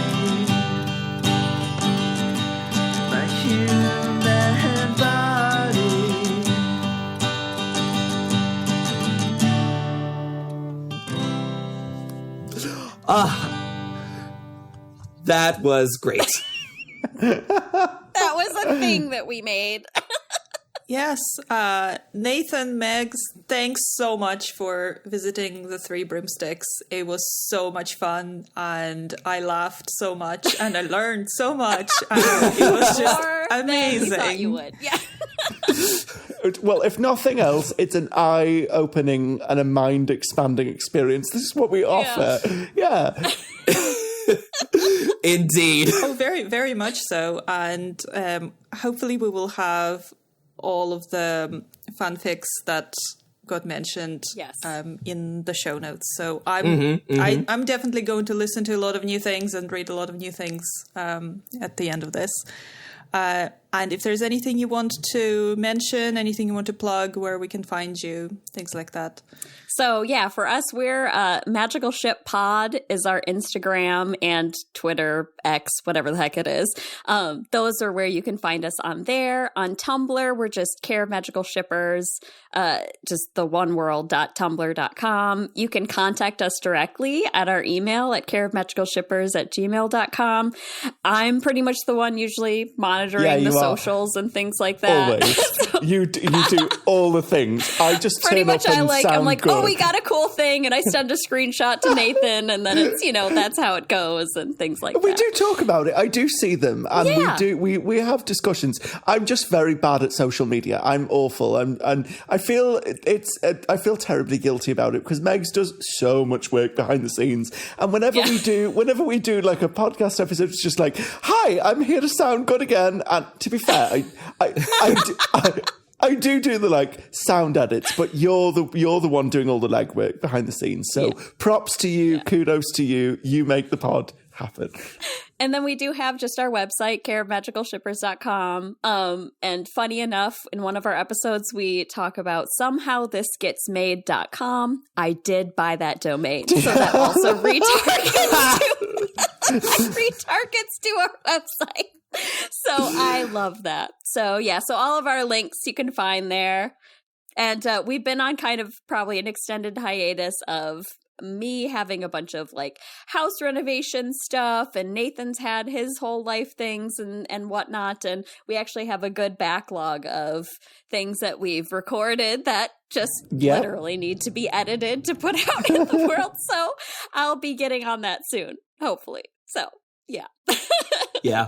Well, it was an absolute pleasure having you guys on. I enthusiastically recommend the podcast. And like, honestly, I kind of want this to become a regular thing. Like, we'll just have you on yearly for a shipping episode. Yeah. I mean, there's so many characters, obviously. So we're like, oh, who would Hermione end up with? Who would Harry end up? I mean, yeah, we can. I'm totally down for a series. That's yeah. I'd love we that. love That showing would be so up to fun. something that we don't have to do work for. Exactly. Thank you. Yes, very much that. Yep. Oh, thank you so much. I mean, this has been an absolute joy. I mean, there's nothing better than sharing things like this that we love, that's infectious, to be able to talk and laugh with friends. It's so great. Yeah, and you've been so welcoming, and that thank you so much for having us both. Because you're never sure when you go onto somebody else's podcast. You're like, are we going to ruin the vibe? Are we going to throw anybody off? And you've both been so lovely. I can't thank you enough. Definitely can't wait to come back and potentially talk all things Albus Dumbledore as well. Yes. Ooh, yes. I think that you two need to do an Albus episode, either for ours or for yours or whatever. I think that would be fascinating. I would love that. Oh, hell yes. Also, I ship a lot of weird ships, so, if y'all need a guest. Perfect. Yes. Amazing. Yes. Email me a list, and then we will get back to you on where we want, what shouts out to us to do first, because we love suggestions. I mean, that'd be so much fun. Yay. Awesome. And listeners, we just want to offer a huge thanks once again to Shruka for buying us this round of drinks at the pub. Yay! Thank you, Shruka. Woo-hoo. Clearly the drinks must have been strong this time, because got a little bit nuts around here. What are you talking about? There were a few fire whiskey shots going on as well. I don't know what you're talking about. I'm only on the Gilly water. Yeah, exactly. I've got pumpkin juice. He's got gilly water. We're totally fine. Yeah. Listeners, if you want to buy us the next round of drinks, please head over to patreon.com/3broomsticks with the numeral 3 to sign up and listen to all kinds of crazy bonus content. Who even knows what bonus content will be inspired by this episode? And you can also help by rating and reviewing us. And if you like our show, tell your friends. Word of mouth is a huge help. We love to see it. And as for social media, you can find us on Twitter, TikTok, Instagram, or Facebook. Our sorted handles and email addresses will be in the episode description or on the website. Please visit our website, 3broomstickspod.com. That's with the 3 spelled out. There you'll find a link to the essays and the fanfics we mentioned. You can submit a topic for us to talk about, and you can let us know your thoughts. Like, tell us who you ship Hermione with. Tell us your favorite fanfics. We want to hear all about it. Please. And the next time we meet at the 3 Broomsticks, we're going to be discussing Percy Jackson. We're doing a crossover redux because a TV show has come out and the last episode left a lot on the table that still needs to be discussed. So that one's going to be a lot of fun. And who knows, maybe we'll even talk a little Percy Jackson shipping, a little Persabeth. Who can say? Mm-hmm. Ho ho! And with that, I've been Irvin. I've been Megs. I've been Nathan. And I'm still Ev. Thank you for listening, and see you next time in the 3 Broomsticks. Cheers! Give me big old buckets of butterbeer. Give me big old barrels of butterbeer. Give me the drink I love so dear. And another round for my friend right here of the sweet old butterbeer. This episode of The 3 Broomsticks was edited by Patrick Musilek. The theme song was written and performed by The Faithful Sidekicks. Make sure to check them out at thefaithfulsidekicks.com. And with that, I've been Irvin. I've been Ev. I've been Nathan. And Megs. I kind of assumed you would. I'm not entirely sure why, because I don't think that always happens. Our name was wasn't in the list, so I just was like, okay, we just sit here. Are we doing this? Because I feel like we should. Yeah. Okay. Sure, yeah. All right, I guess me, Megs, Nathan, and Ev. So I've been Irvin. Oh, sorry. Anyone who has been anyone. Okay, start over again. Yeah, Irvin, Megs, Nathan, Ev. Okay, I got this. Okay, we can do this. You know what? I'll help. Perfect. Yes, I was not kidding when I said we can transition, we cannot end. So it's like, Okay. honestly, we looking at don't this do structured endings. thing, I'm like, okay, now I can actually probably build an outro of some sort for future podcast. Anyway, yes, we're ready. Yeah. I've been Irvin.